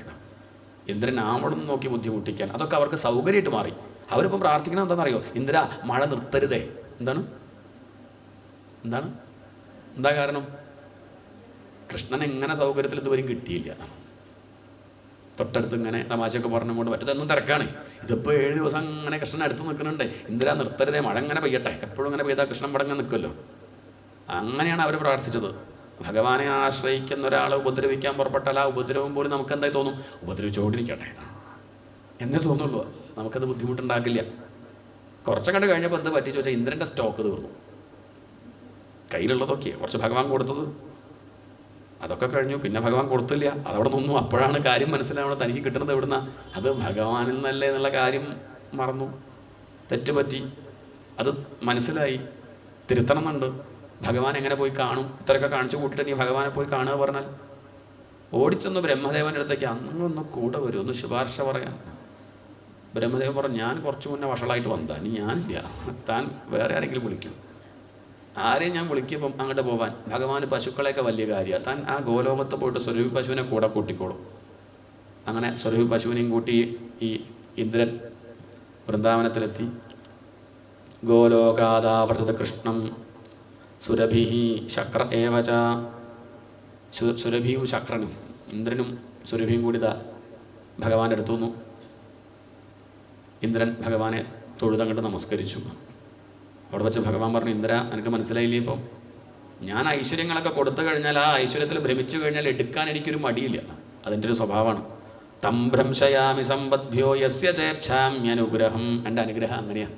ഞാൻ കൊടുത്ത ഐശ്വര്യത്തിൽ അങ്ങോട്ട് ഭ്രമിച്ചു തുടങ്ങിയാൽ ഞാൻ ആ ഐശ്വര്യം അങ്ങോട്ട് എടുക്കും. അപ്പോൾ അയാൾക്ക് മനസ്സിലാവും എന്ത് ഇതൊക്കെ ഇവിടുന്ന് കിട്ടിയെന്ന് മനസ്സിലാവുമല്ലോ. അതുകൊണ്ട് അവനവൻ്റെ അധികാരം എന്താ വെച്ചാൽ അവിടെ നിന്നിട്ട് നേരാവണ്ണം വൃത്തിയിൽ പണിയെടുക്കുക. അതല്ലാണ്ട് മറ്റുള്ളവരെ ഉപദ്രവിക്കാൻ പുറപ്പെടരുത് കേട്ടോ, നീ ചെയ്തത് ശരിയായില്ല. ഇന്ദ്രൻ ക്ഷമിക്കണം എന്ന് പറഞ്ഞ് ഭഗവാന്റെ കാൽക്കൽ വീണ് നമസ്കരിച്ചു. നീ ആവർത്തിക്കില്ല. സുരഭി പശു കൊടുത്ത സമയത്ത് കാല് മാറി. സുരഭി പശു പറയാണ്, കൃഷ്ണ നീയാണ് ഞങ്ങളുടെ ഇന്ദ്രൻ, ഇവനൊന്നല്ല ഞങ്ങളുടെ ഇന്ദ്രൻ. കാരണം ഞങ്ങളുടെ കൂട്ടത്തിലുള്ള ആ പശുക്കൾക്കൊരു വിഷമം വന്നപ്പോൾ രക്ഷിക്കാൻ ആരെയാണ് ഉണ്ടായത്? നീയല്ലേ ഉണ്ടായത്? ഇയാളോ? ഞങ്ങളെ പശുക്കളെ ദ്രോഹിക്കല്ലേ ഉണ്ടായത്? അതുകൊണ്ട് ഗോക്കളുടെ ഇന്ദ്രൻ നീയാണ്. ഗോവിന്ദ ഇതി ചാഭ്യധാത്. ഒന്ന് വരുമോ, ഞാനൊന്ന് അഭിഷേകം ചെയ്യട്ടെ എന്ന് പറഞ്ഞ ഭഗവാനെ കൂട്ടിക്കൊണ്ടുപോയിട്ടൊരു പാറയുടെ മുകളിലെത്തി തൻ്റെ അകിട്ടിലുള്ള പാല് കൊണ്ട് ആ കറുത്ത കൃഷ്ണനെ അങ്ങോട്ട് ഒളിപ്പിച്ചു. ആര്? ഈ സുരഭി പശു. ഗോവിന്ദ ഇതി ചാഭ്യധാത് ഏവം കൃഷ്ണമുപാമന്ത്ര്യ സുരഭി പയസാത്മനാ ജലൈരാകാശഗംഗായ. പാലഭിഷേകം കഴിഞ്ഞാൽ പിന്നെ ജലം കൊണ്ട് അഭിഷേകം വേണം ഉടനെ തന്നെ. ഔചിത്യമുള്ള ആ ആന ഇന്ദ്രനില്ല, പക്ഷേ ഐരാവതത്തിന് കുറച്ചുകൂടി ഒരു പകതിരിവുണ്ട്. അതാ തുമ്പിക്കൈയിൽ വരുന്ന വഴിക്ക് തന്നെ ആകാശഗംഗ കൊണ്ടുവന്നിട്ടുണ്ട്. ഈ സുരഭിയുടെ അഭിഷേകം കണ്ട് കഴിഞ്ഞപ്പോഴേക്കും അത് അതിൻ്റെ വക ഭഗവാൻ അഭിഷേകം. ജലൈരാകാശഗംഗായ. ഐരാവത കരോദ്ധൃതൈ ഇന്ദ്രഹ. ഇന്ദ്രൻ തൻ്റെ കണ്ണീര് കൊണ്ട് പറ്റിപ്പോയി ഭഗവാനെ, ഇനി ആവർത്തിക്കില്ല, അടിയൻ അങ്ങ് തന്നെയുള്ളൂ, എൻ്റെ ശക്തിയൊക്കെ അങ്ങാണ്, അങ്ങയുടെ കാരുണ്യം ഞാൻ തിരിച്ചറിയുന്നു എന്ന് പറഞ്ഞ കണ്ണീര് കൊണ്ട് ഇന്ദ്രസുരഋഷിഭിസ്സാകം നോദിതോ ദേവമാതൃഭി അഭ്യഷിഞ്ച തഥാശാർഹം ഗോവിന്ദ ഗോവിന്ദ ഗോവിന്ദ ഇതി ച യഥാത്. ഗോവിന്ദ എന്ന് വിളിച്ച് ഭഗവാൻ അഭിഷേകം ചെയ്യണം. ഗോവിന്ദൻ എന്ന് പറഞ്ഞാൽ ഗോക്കൾക്ക് ഹിതം ചെയ്തവൻ, ഗോകുലത്തിന് ഹിതം ചെയ്തവൻ, ഗോകുലവാസികളെ ആനന്ദിപ്പിക്കുന്നവൻ. ഗോ എന്ന് പറഞ്ഞാൽ ഇന്ദ്രിയങ്ങൾ എന്നർത്ഥമുണ്ട്, ഇന്ദ്രിയങ്ങളുടെ അധ്യക്ഷനായിട്ട് നിൽക്കുന്നവൻ എന്ന് പറഞ്ഞാൽ പരബ്രഹ്മം എന്നർത്ഥമുണ്ട്. ഗോ എന്ന് പറഞ്ഞാൽ ഉപനിഷത്ത് എന്നർത്ഥമുണ്ട്. ഗോഭിഹി ഉപനിഷത്ത് വാക്യേഷു വിന്ദത ഇതി ഗോവിന്ദ. ഉപനിഷത്ത് വാക്യങ്ങളെ കൊണ്ട് അറിയുന്ന തത്വം അതാണ് ഗോവിന്ദൻ എന്ന് പറഞ്ഞ അർത്ഥം. സത്യം എന്നർത്ഥമുണ്ട്, ജ്ഞാനം എന്നർത്ഥമുണ്ട്. സത്യം ജ്ഞാനം അനന്തം നിത്യം അനാകാശം പരമാകാശം ഗോഷ്ഠപ്രാങ്കണരിങ്കണലോലം അനായാസം പരമായാസം മായാകൽപ്പിത നാനാകാരം അനാകാരം ക്ഷ്മാനാഥമനാഥം പ്രണമത ഗോവിന്ദം പരമാനന്ദം. ആശ്രയിക്കുന്നവർക്ക് പരമാനന്ദം കൊടുക്കുന്നവൻ ഗോവിന്ദൻ. അതല്ല ഇപ്പോൾ ഇവിടെ ഉണ്ടായത്. അവരുടെ ദുഃഖമൊക്കെ നീക്കി അവർക്ക് ആനന്ദം കൊടുത്ത് അനുഗ്രഹിച്ചല്ലേ ഭഗവാൻ. തെറ്റ് മനസ്സിലാക്കി ഇന്ദ്രൻ. ഇതാണ് ഗോവർദ്ധനോദ്ധാരണം എന്ന ലീല. ഗോ എന്ന് പറഞ്ഞാൽ അറിവ് എന്നർത്ഥമുണ്ട്. അറിവിനെ വർദ്ധിപ്പിച്ചു, അതാണ് ഗോവർദ്ധനം. അറിവൊന്നുമില്ലാതെ കേവലം ചടങ്ങിൽ മാത്രം ശ്രദ്ധിച്ചുകൊണ്ടിരുന്ന ആ ഗോപന്മാരെ ഇപ്പം എങ്ങോട്ട് തിരിച്ചു? ഭാഗവതത്തിലേക്ക് തിരിച്ചു. എന്താണ്? അതുവരെ അതൊന്നും ശ്രദ്ധയില്ലായിരുന്നു. അങ്ങനെ വരും, അമ്പലത്തിൽ വരും, കഴിഞ്ഞങ്ങനെ പോകും. ആരൊക്കെ അവിടെ അങ്ങനെ ഇരിക്കുന്നുണ്ട് കേട്ടോ, ഉച്ചയ്ക്ക് ഊണ് കൊടുക്കുന്നുണ്ട്, പോയി നോക്കുക. ഇത്രയൊക്കെ ഉണ്ടായിരുന്നുള്ളൂ എങ്കിൽ അവരങ്ങോട്ട് മാറ്റിയിട്ട് എന്ത് ചെയ്തു? മനസ്സിലാവുന്ന ഭാഷയിൽ പറഞ്ഞതാണ്, അത്ര മനസ്സിലാവുന്ന ഭാഷയിൽ പറഞ്ഞതേ ഉള്ളൂ. അവരെ അങ്ങനെ എല്ലാട്ടും ഈ ഗ്രന്ഥം ചില്ലറ ഗ്രന്ഥമല്ല, അതങ്ങനെ വായിച്ച് മനസ്സിലാക്കി കഴിഞ്ഞാൽ ഉള്ളിൽ അറിവ് വർദ്ധിക്കും, അജ്ഞാനം നീങ്ങും. അങ്ങനെ ഗോവർദ്ധനം, ഗോവിനെ വർദ്ധിപ്പിച്ചു, അറിവിനെ വർദ്ധിപ്പിച്ചു. വെറും കർമ്മത്തിൽ മാത്രം ശ്രദ്ധിച്ച അവർക്ക് ജ്ഞാനം കൊടുത്ത് അവരെ ഉയർത്തി ഭഗവാൻ എന്ന് കാണിക്കുകയാണ് ഈ കഥ. അതിനുശേഷം പിന്നീട് വരുണനെ ജയിക്കുകയാണ്. ഇപ്പോൾ ഓരോരോ കഥയിലൂടെ ഓരോരോ ദേവന്മാരെ ജയിക്കാൻ വളരെ പ്രയാസമുള്ളതാണ് രുചി ആണ്. നാവിന് ജയിക്കാൻ വലിയ പ്രയാസം. നാവ് 2 കർമ്മം ചെയ്യുന്നുണ്ട്. ഒന്ന് രുചി അറിയാം, വർത്തമാനം പറയാം. രണ്ടും പ്രശ്നമാണ്. രുചി അറിഞ്ഞുകൊണ്ട് നാട്ടുകാർക്ക് ബുദ്ധിമുട്ടില്ല, വർത്തമാനം പറഞ്ഞാൽ പിന്നെ അങ്ങനെയല്ല. അതുകൊണ്ട് രണ്ടും ശ്രദ്ധിക്കണം. ഒരേ സമയം കർമ്മേന്ദ്രിയമാണ്, ജ്ഞാനേന്ദ്രിയമാണ്. രുചിയുടെ ദേവനാണ് വരുണൻ. വരുണജയം വർണ്ണിക്കുകയാണ് അടുത്ത കഥ. രുചിയോട് താല്പര്യമുള്ളവർക്ക് കാമവാസന വർദ്ധിക്കും. അതുകൊണ്ട് നമുക്ക് ഉള്ളിൽ കാമത്തെ കുറയ്ക്കണമെന്ന് ആഗ്രഹം ഉണ്ടെങ്കിൽ, ഈശ്വരനെ കിട്ടണം വെച്ചാൽ കാമം കുറച്ചേ പറ്റൂ. അങ്ങനെ ആഗ്രഹം ഉണ്ടെങ്കിൽ എന്ത് കുറയ്ക്കണം? ആദ്യം രുചിയുടെ പിന്നാലെ ഓടാണ്ടിരിക്കുക. ഹോട്ടൽ ഭക്ഷണം ആദ്യം ഒഴിവാക്കുക. പറ്റിച്ച് അവനവൻ തന്നെ വെച്ചുണ്ടാക്കി മാത്രം കഴിക്കുക എന്നാണ്. അങ്ങനെ ശ്രദ്ധിക്കുക എന്നാണ്. ചില ആശ്രമങ്ങളിൽ പോയ ഉപ്പില്ലാത്ത കഞ്ഞി ഉണ്ടാകും. എന്തിനാപ്പം അത്? ഉപ്പ് വേണമെന്നുള്ളത്, സ്വാദ് വേണമെന്നുള്ളതുകൊണ്ടല്ലേ. ശരീരം നിൽക്കണമെന്നുണ്ടെങ്കിൽ എന്തെങ്കിലും കഴിച്ചാൽ പോരെ, അത്യാവശ്യം കുഴപ്പമില്ലാണ്ടാണ്. അപ്പം സ്വാദിനോടുള്ള താല്പര്യം ഒഴിവാക്കണം എന്നാണ്. അത് കാണിക്കാനാണ് ഏകാദശിയാം നിരാഹാര. അതിനാണ് ഏകാദശിയൊക്കെ നോൽക്കുന്നത് തന്നെ. നമ്മുടെ ഏകാദശി പറയാണ്ടിരിക്കും ഭേദം. നിരാഹാര, ഇത് ആഹാരം കഴിക്കേണ്ട.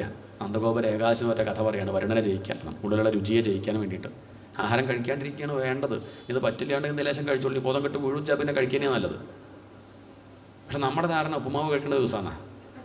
അവിടെ കുഴപ്പം. അന്ന് റവോത്സവം, രാവിലെ ഉപ്പുമാവ്, ഉച്ചയ്ക്ക് ഉപ്പുമാവ്, വൈകുന്നേരം ഉപ്പുമാവ്, രാത്രി ചപ്പാത്തി, കുറുമ. തലേ ദിവസം നല്ലോണം കഴിക്കും, നാളെ ഏകാശിയാണ് പറഞ്ഞു. പിറ്റേ ദിവസം നല്ലോണം കഴിക്കും, ഇന്നലെ ഏകാശിയായിരുന്നു പറഞ്ഞു. ഏകാശിയുടെ അന്ന് അങ്ങനെ ചൊല്ലാനുണ്ട്. അച്ഛൻ ഏകാശി നോറ്റ് ഇല്ലം മുടിഞ്ഞു എന്ന്. അന്ന് അധികം ചിലവാണേ. അന്ന് പഴമുറുക്ക് വേണം, പപ്പടം വേണം, അത് വേണം, ഇത് വേണം, റവപ്പായസം വേണം. എന്നിട്ട് ഏകാദശി നോറ്റുമുള്ള അഭിമാനം കാണുമ്പോഴാണ് വിഷമം. ഇന്നലെ ഏകാശി ഇത്രയായിട്ടുണ്ട് ഏകാശി നോച്ചിട്ട്. അതല്ല, ആഹാരം പറ്റുമെങ്കിൽ കഴിക്കാണ്ടിരിക്കുക. കാരണം ഈശ്വരനെ ശ്രദ്ധിക്കുക, ഭഗവാനെ ശ്രദ്ധിക്കുന്ന സമയമാണ് ഏകാദശി എന്ന് പറഞ്ഞാൽ. ഏകാദശ എന്ന് പറഞ്ഞാൽ 11 എന്നർത്ഥം. ദശ പറഞ്ഞാൽ 10, നവ പറഞ്ഞാൽ 9, അഷ്ട 8, 8, 9, 10, അഷ്ട, നവ, ദശ, ഏകാദശ എന്ന് പറഞ്ഞാൽ 11. ഈ 11 എണ്ണത്തിനെ അടക്കുകയാണ്. ഏതാ 11 എണ്ണം? കണ്ണ്, മൂക്ക്, നാക്ക്, ചെവി, ത്വക്ക് 5, വാക്ക്, പാണി, പാദം, വായു, ഉപസ്ഥ. ഇപ്പോൾ 10 എണ്ണമായി. പിന്നെ മനസ്സ്. ഇതെല്ലാം അങ്ങനെ ഭഗവാനിലേക്ക് തിരിച്ച് മിണ്ടാണ്ടങ്ങനെ ഇരിക്കുക. ആ ഒരു ദിവസം ഒന്നിനോടും ബന്ധമില്ലാണ്ട് ഭഗവാനെ തന്നെ ധ്യാനിച്ചിരിക്കുന്ന ദിവസമാണ് ഏകാദശി. ഭഗവാന്റെ നേരെ തിരികെ വേണ്ടത്. നമ്മളന്ന് ആ ചരക്കൻ്റെ നേരെ തിരിഞ്ഞിങ്ങനെ ഇരിക്കും, ഉപ്പുമാവായ കഴിക്കാം. ഭഗവാന്റെ നേരെ തിരിയേണ്ടത്. അല്ല ഇവിടെ ഇനിയിപ്പോൾ അങ്ങനെ ഈ കേരള ആയതുകൊണ്ടാണ് ഈ റവ എന്ന് പറയുന്നത്. അരിഭക്ഷണം ഒഴിവാക്കാൻ പറയാൻ കാരണം എന്താ? അത് കേരളം ആയതുകൊണ്ടാണ്. പഞ്ചാബിൽ എങ്ങനെയാണ് ഏകാശി നോൽക്കുക?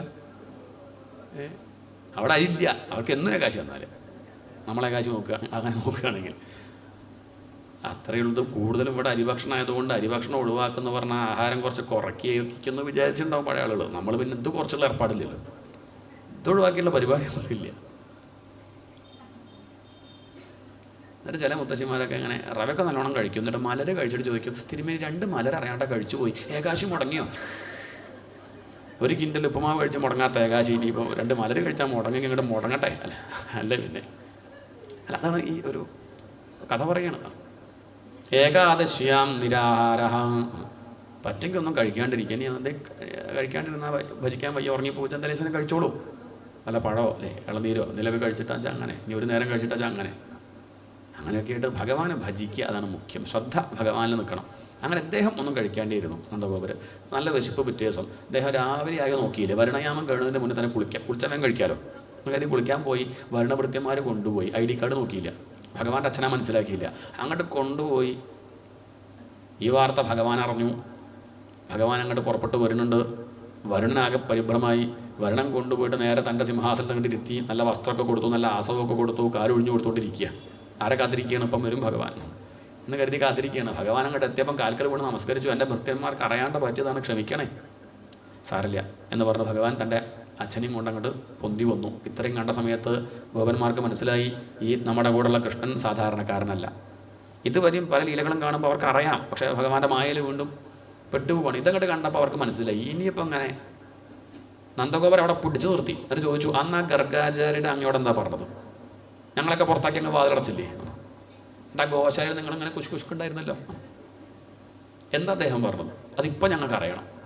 നന്ദഗോപർ പറഞ്ഞു, എന്താ പറഞ്ഞത് ചോദിച്ചാൽ, നാരായണ സമോ ഗുണൈഹി, ഇവൻ ഗുണങ്ങളെ കൊണ്ടൊക്കെ നാരായണ സമ. പണ്ട് വസുദേവരുടെ പുത്രനായതുകൊണ്ട് ഇവന് വാസുദേവൻ എന്ന് പേരുണ്ട്. ഏതോ വസുദേവൻ്റെ പുത്രൻ എന്ന് വിചാരിച്ചു പൂർവ്വജന്മത്തിൽ.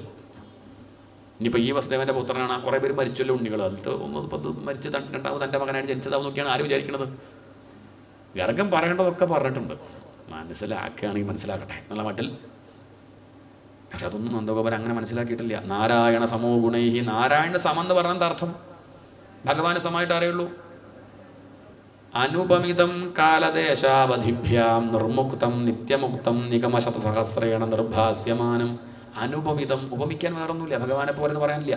നമ്മളിങ്ങനെ പറയും അതുപോലെ ഭഗവാൻ എന്നൊക്കെ പറയാറുണ്ട്. താമര പോലെ എന്നൊക്കെ പറയും ഭഗവാൻ. ഭഗവാൻ എങ്ങനെയാ? ഭഗവാന്റെ കവിള് താമര പോലെ, ചുണ്ടെങ്ങനെയാ, വയറെങ്ങനെയാ, താമര പോലെ, കണ്ണ് താമര. എന്നാൽ 10 താമര വെച്ചാൽ ആരാവും?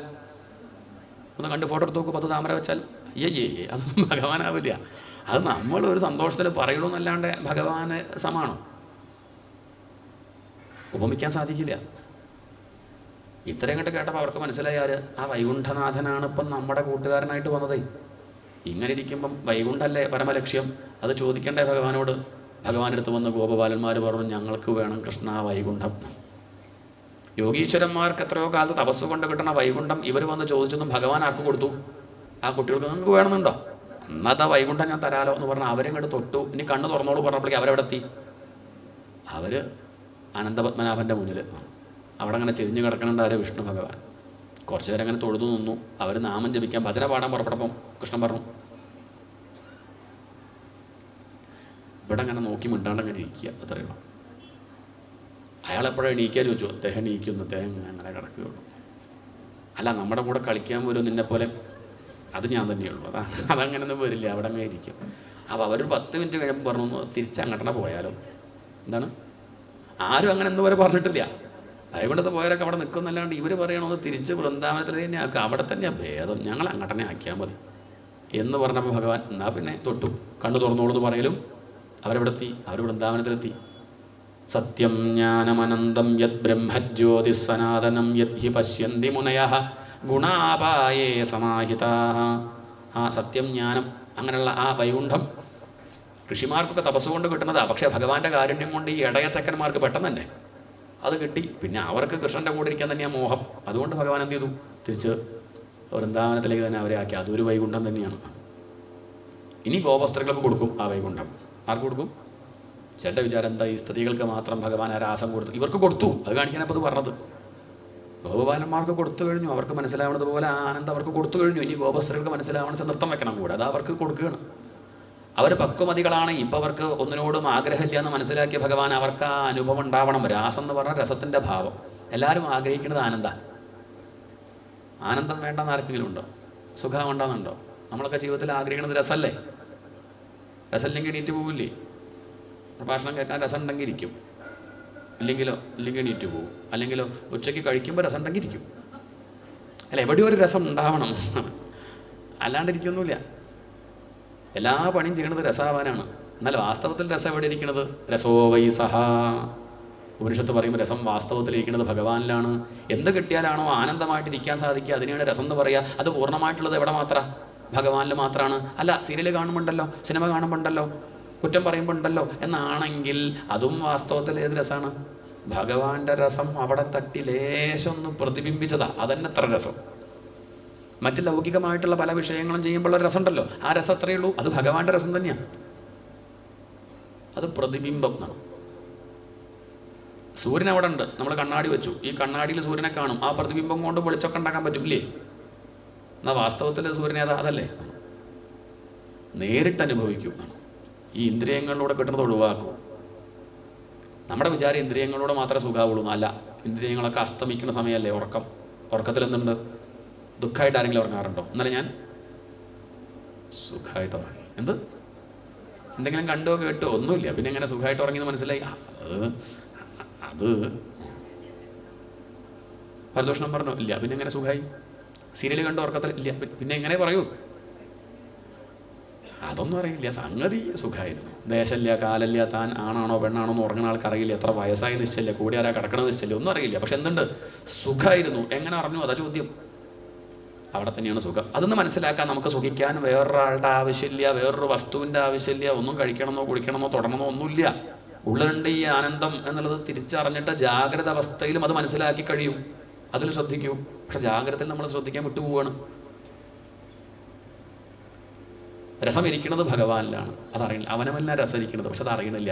ആരെ പോലെ? ഒട്ടകത്തെ പോലെ. ഒട്ടകം മുൾച്ചെടി കഴിക്കും, വലിയ ഇഷ്ടമാണ് മുൾച്ചെടി. അത് പറയും മുൾച്ചെടിക്ക് നല്ല സ്വാദാണ്. മുൾച്ചെടിക്ക് പ്രത്യേകിച്ച് സ്വാദമൊന്നുമില്ല, അതിന് വിഡിത്തം പറ്റുന്നതാണ്. അത് മുൾച്ചെടി കഴിക്കുമ്പം ആ മുള്ളുകൊണ്ട് അതിൻ്റെ കവിള് മുറിഞ്ഞ് ഉള്ളിൽ നാവും മുറിഞ്ഞിട്ട് ആ ചോര അത് ഇങ്ങനെ കുടിക്കും. അതിൻ്റെ ചോരയാണ് കുടിക്കുന്നത്, മുള്ളിനോട് ചേർന്നും കൊണ്ടേ. എന്നിട്ട് അത് വിചാരിച്ചു എന്ത് മുള്ളിൻ്റെ സ്വാദാണ്. മുള്ളിൻ്റെ സ്വാദമല്ല. ഇതുപോലെ നമ്മൾ സീരിയൽ കണ്ട് സുഖിക്കുന്നുണ്ടെങ്കിൽ സീരിയലിൻ്റെ സ്വാദമല്ല, നമ്മുടെ ഉള്ളിലുള്ള ആത്മാവിൻ്റെ സ്വാദാണ് നമ്മൾ അങ്ങനെ അനുഭവിക്കുന്നത്. കുട്ടിയെ ലാളിക്കുമ്പോഴുള്ള സുഖം കുട്ടിയുടെ സുഖമൊന്നുമല്ല, നമ്മുടെ ഉള്ളിലുള്ള ആനന്ദം അങ്ങനെ അനുഭവിക്കുകയാണ്. പക്ഷെ നമ്മളത് അറിയണില്ല എന്നാണ്. അതറിയൂ എന്നാണ്, അത് മനസ്സിലാക്കി തരികയാണ്. അതല്ല, പുറമുള്ള വിഷയങ്ങളിലാണ് സുഖമെങ്കിൽ അത് എപ്പോഴും സുഖിപ്പിക്കണം. എപ്പോഴും സീരിയൽ കണ്ട സന്തോഷമാണ്. ആവുമോ? അടുത്ത ബന്ധു മരിച്ചു, അപ്പോഴോ കാണുമോ? അയാൾ പോയി, എപ്പിസോഡ് മിസ്സാവണ്ട എന്ന് വിചാരിക്കുമോ? അല്ലേ? അടുത്ത ബന്ധു വളരെ സ്നേഹമുള്ള ആളാവണം. പറ്റുമോ? ഇഷ്ടപ്പെട്ട സദ്യ വിഷമിച്ചിരിക്കുമ്പോൾ കഴിക്കാൻ പറ്റുമോ? ഊണ് കഴിക്കായിരുന്നു, ഇല വെച്ചു, അപ്പോഴാണ് നമ്മൾ സ്കാൻ ചെയ്യാൻ കൊടുത്ത റിപ്പോർട്ട് വന്നു, ലേശം പ്രശ്നം, സദ്യ ഉണ്ണു. എന്നാലും അതങ്ങനെ ഇതിൽ പായസമൊക്കെ കഴിക്കാം. അശാന്തസ്യ കുതസുഖം. അർജുന, സുഖമല്ലടോ മുഖ്യം, ശാന്തിയാണ്. ശാന്തി ഇല്ലാത്തവൻ എന്ത് സുഖം? ഈ കാണുന്ന ഭോഗം പോലും അനുഭവിക്കണമെങ്കിൽ ഉള്ളിലെന്ത് വേണം? ലേശൊരു ശാന്തി ഉണ്ടെങ്കിലേ സ്വസ്ഥമായിട്ട് ഭാഗവതം കേൾക്കാൻ തന്നെ പറ്റുള്ളൂ, പാട്ട് കേൾക്കാൻ പറ്റുള്ളൂ, ഊണ് കഴിക്കാൻ പറ്റുള്ളൂ. പ്രധാന ശാന്തിയാണ്. അത് മറന്നു പോവാണ്. അതിരിക്കുന്നത് ഭഗവാനിലാണ്. അതുകൊണ്ട് ഭഗവാനെ ആശ്രയിക്കൂ. അതുതന്നെയാണ് രാസക്രീഡ.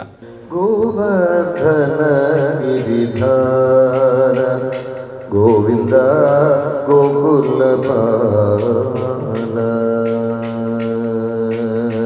ഗോവർദ്ധന ഗിരിധാര ഗോവിന്ദ ഗോകുലപാല പരമാനന്ദ ഗോവർദ്ധന ഗിരിധാര ഗോവിന്ദ ഗോകുലപാല പരമാനന്ദ ഗോവർദ്ധന ഗിരി ഗോവർദ്ധന ഗിരി ഗോവർദ്ധന ഗിരിധാര ഗോവിന്ദ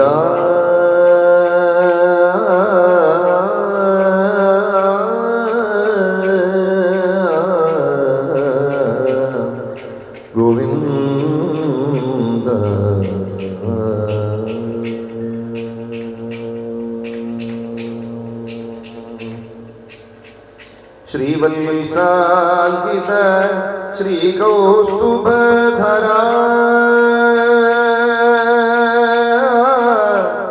കൃഷ്ണ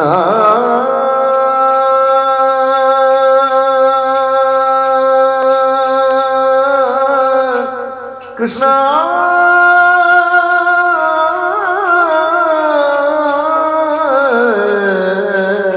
കൃഷ്ണ ശ്രീവത്സാങ്കിത ശ്രീകൗസ്തുഭധര ശ്രീവത്സാങ്കിത ശ്രീകൗസ്തുഭധര ശ്രീവത്സാങ്കിത ശ്രീകൗസ്തുഭധര പാവക ഭയഹര പാഹി മുകുന്ദ ശ്രീവത്സാങ്കിത ശ്രീകൗസ്തുഭധര പാവക ഭയഹര പാഹി മുകുന്ദ പാവക ഭയഹര പാഹി മുകുന്ദ ഗോവർദ്ധന ഗിരിധര ഗോവിന്ദ ഗോകുലപാല പരമാനന്ദ ഗോവർദ്ധന ഗിരിധര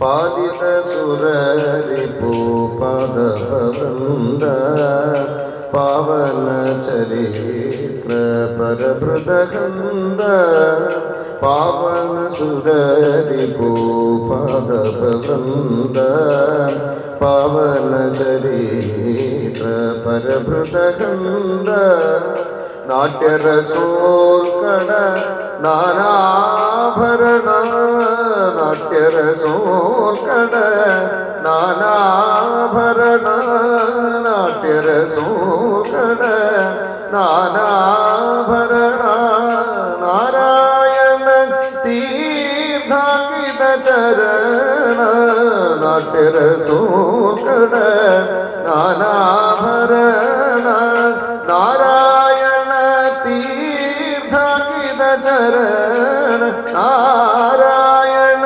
തീർത്ഥാങ്കിത ചരണ ഗോവർദ്ധന ഗിരിധര ഗോവിന്ദ ഗോകുലപാല പരമാനന്ദ ഗോവർദ്ധന ഗിരി ഗോവർദ്ധന ഗിരി ഗോവർദ്ധന ഗിരിധര ഗോവിന്ദ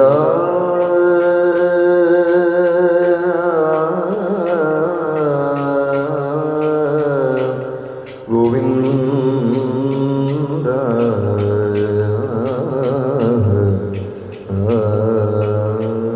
സർവത്ര ഗോവിന്ദനാമ സങ്കീർത്തനം ഗോവിന്ദ ഗോവിന്ദ രാധാരമണ മുകുന്ദ മുരാരേ ശരണം മേ തവ ചരണയുഗം പവനപുരേശ രാധാകൃഷ്ണ ശരണം മേ തവ ചരണയുഗം ദേവി മഹേശ്വരി പാർവതി ശങ്കരി ശരണം മേ തവ ചരണയുഗം സാംബ സദാശിവ ശംഭോ ശങ്കര ശരണം മേ തവ ചരണയുഗം ശരണം മേ തവ ചരണയുഗം സർവത്ര ഗോവിന്ദനാമ സങ്കീർത്തനം ഗോവിന്ദ ഗോവിന്ദ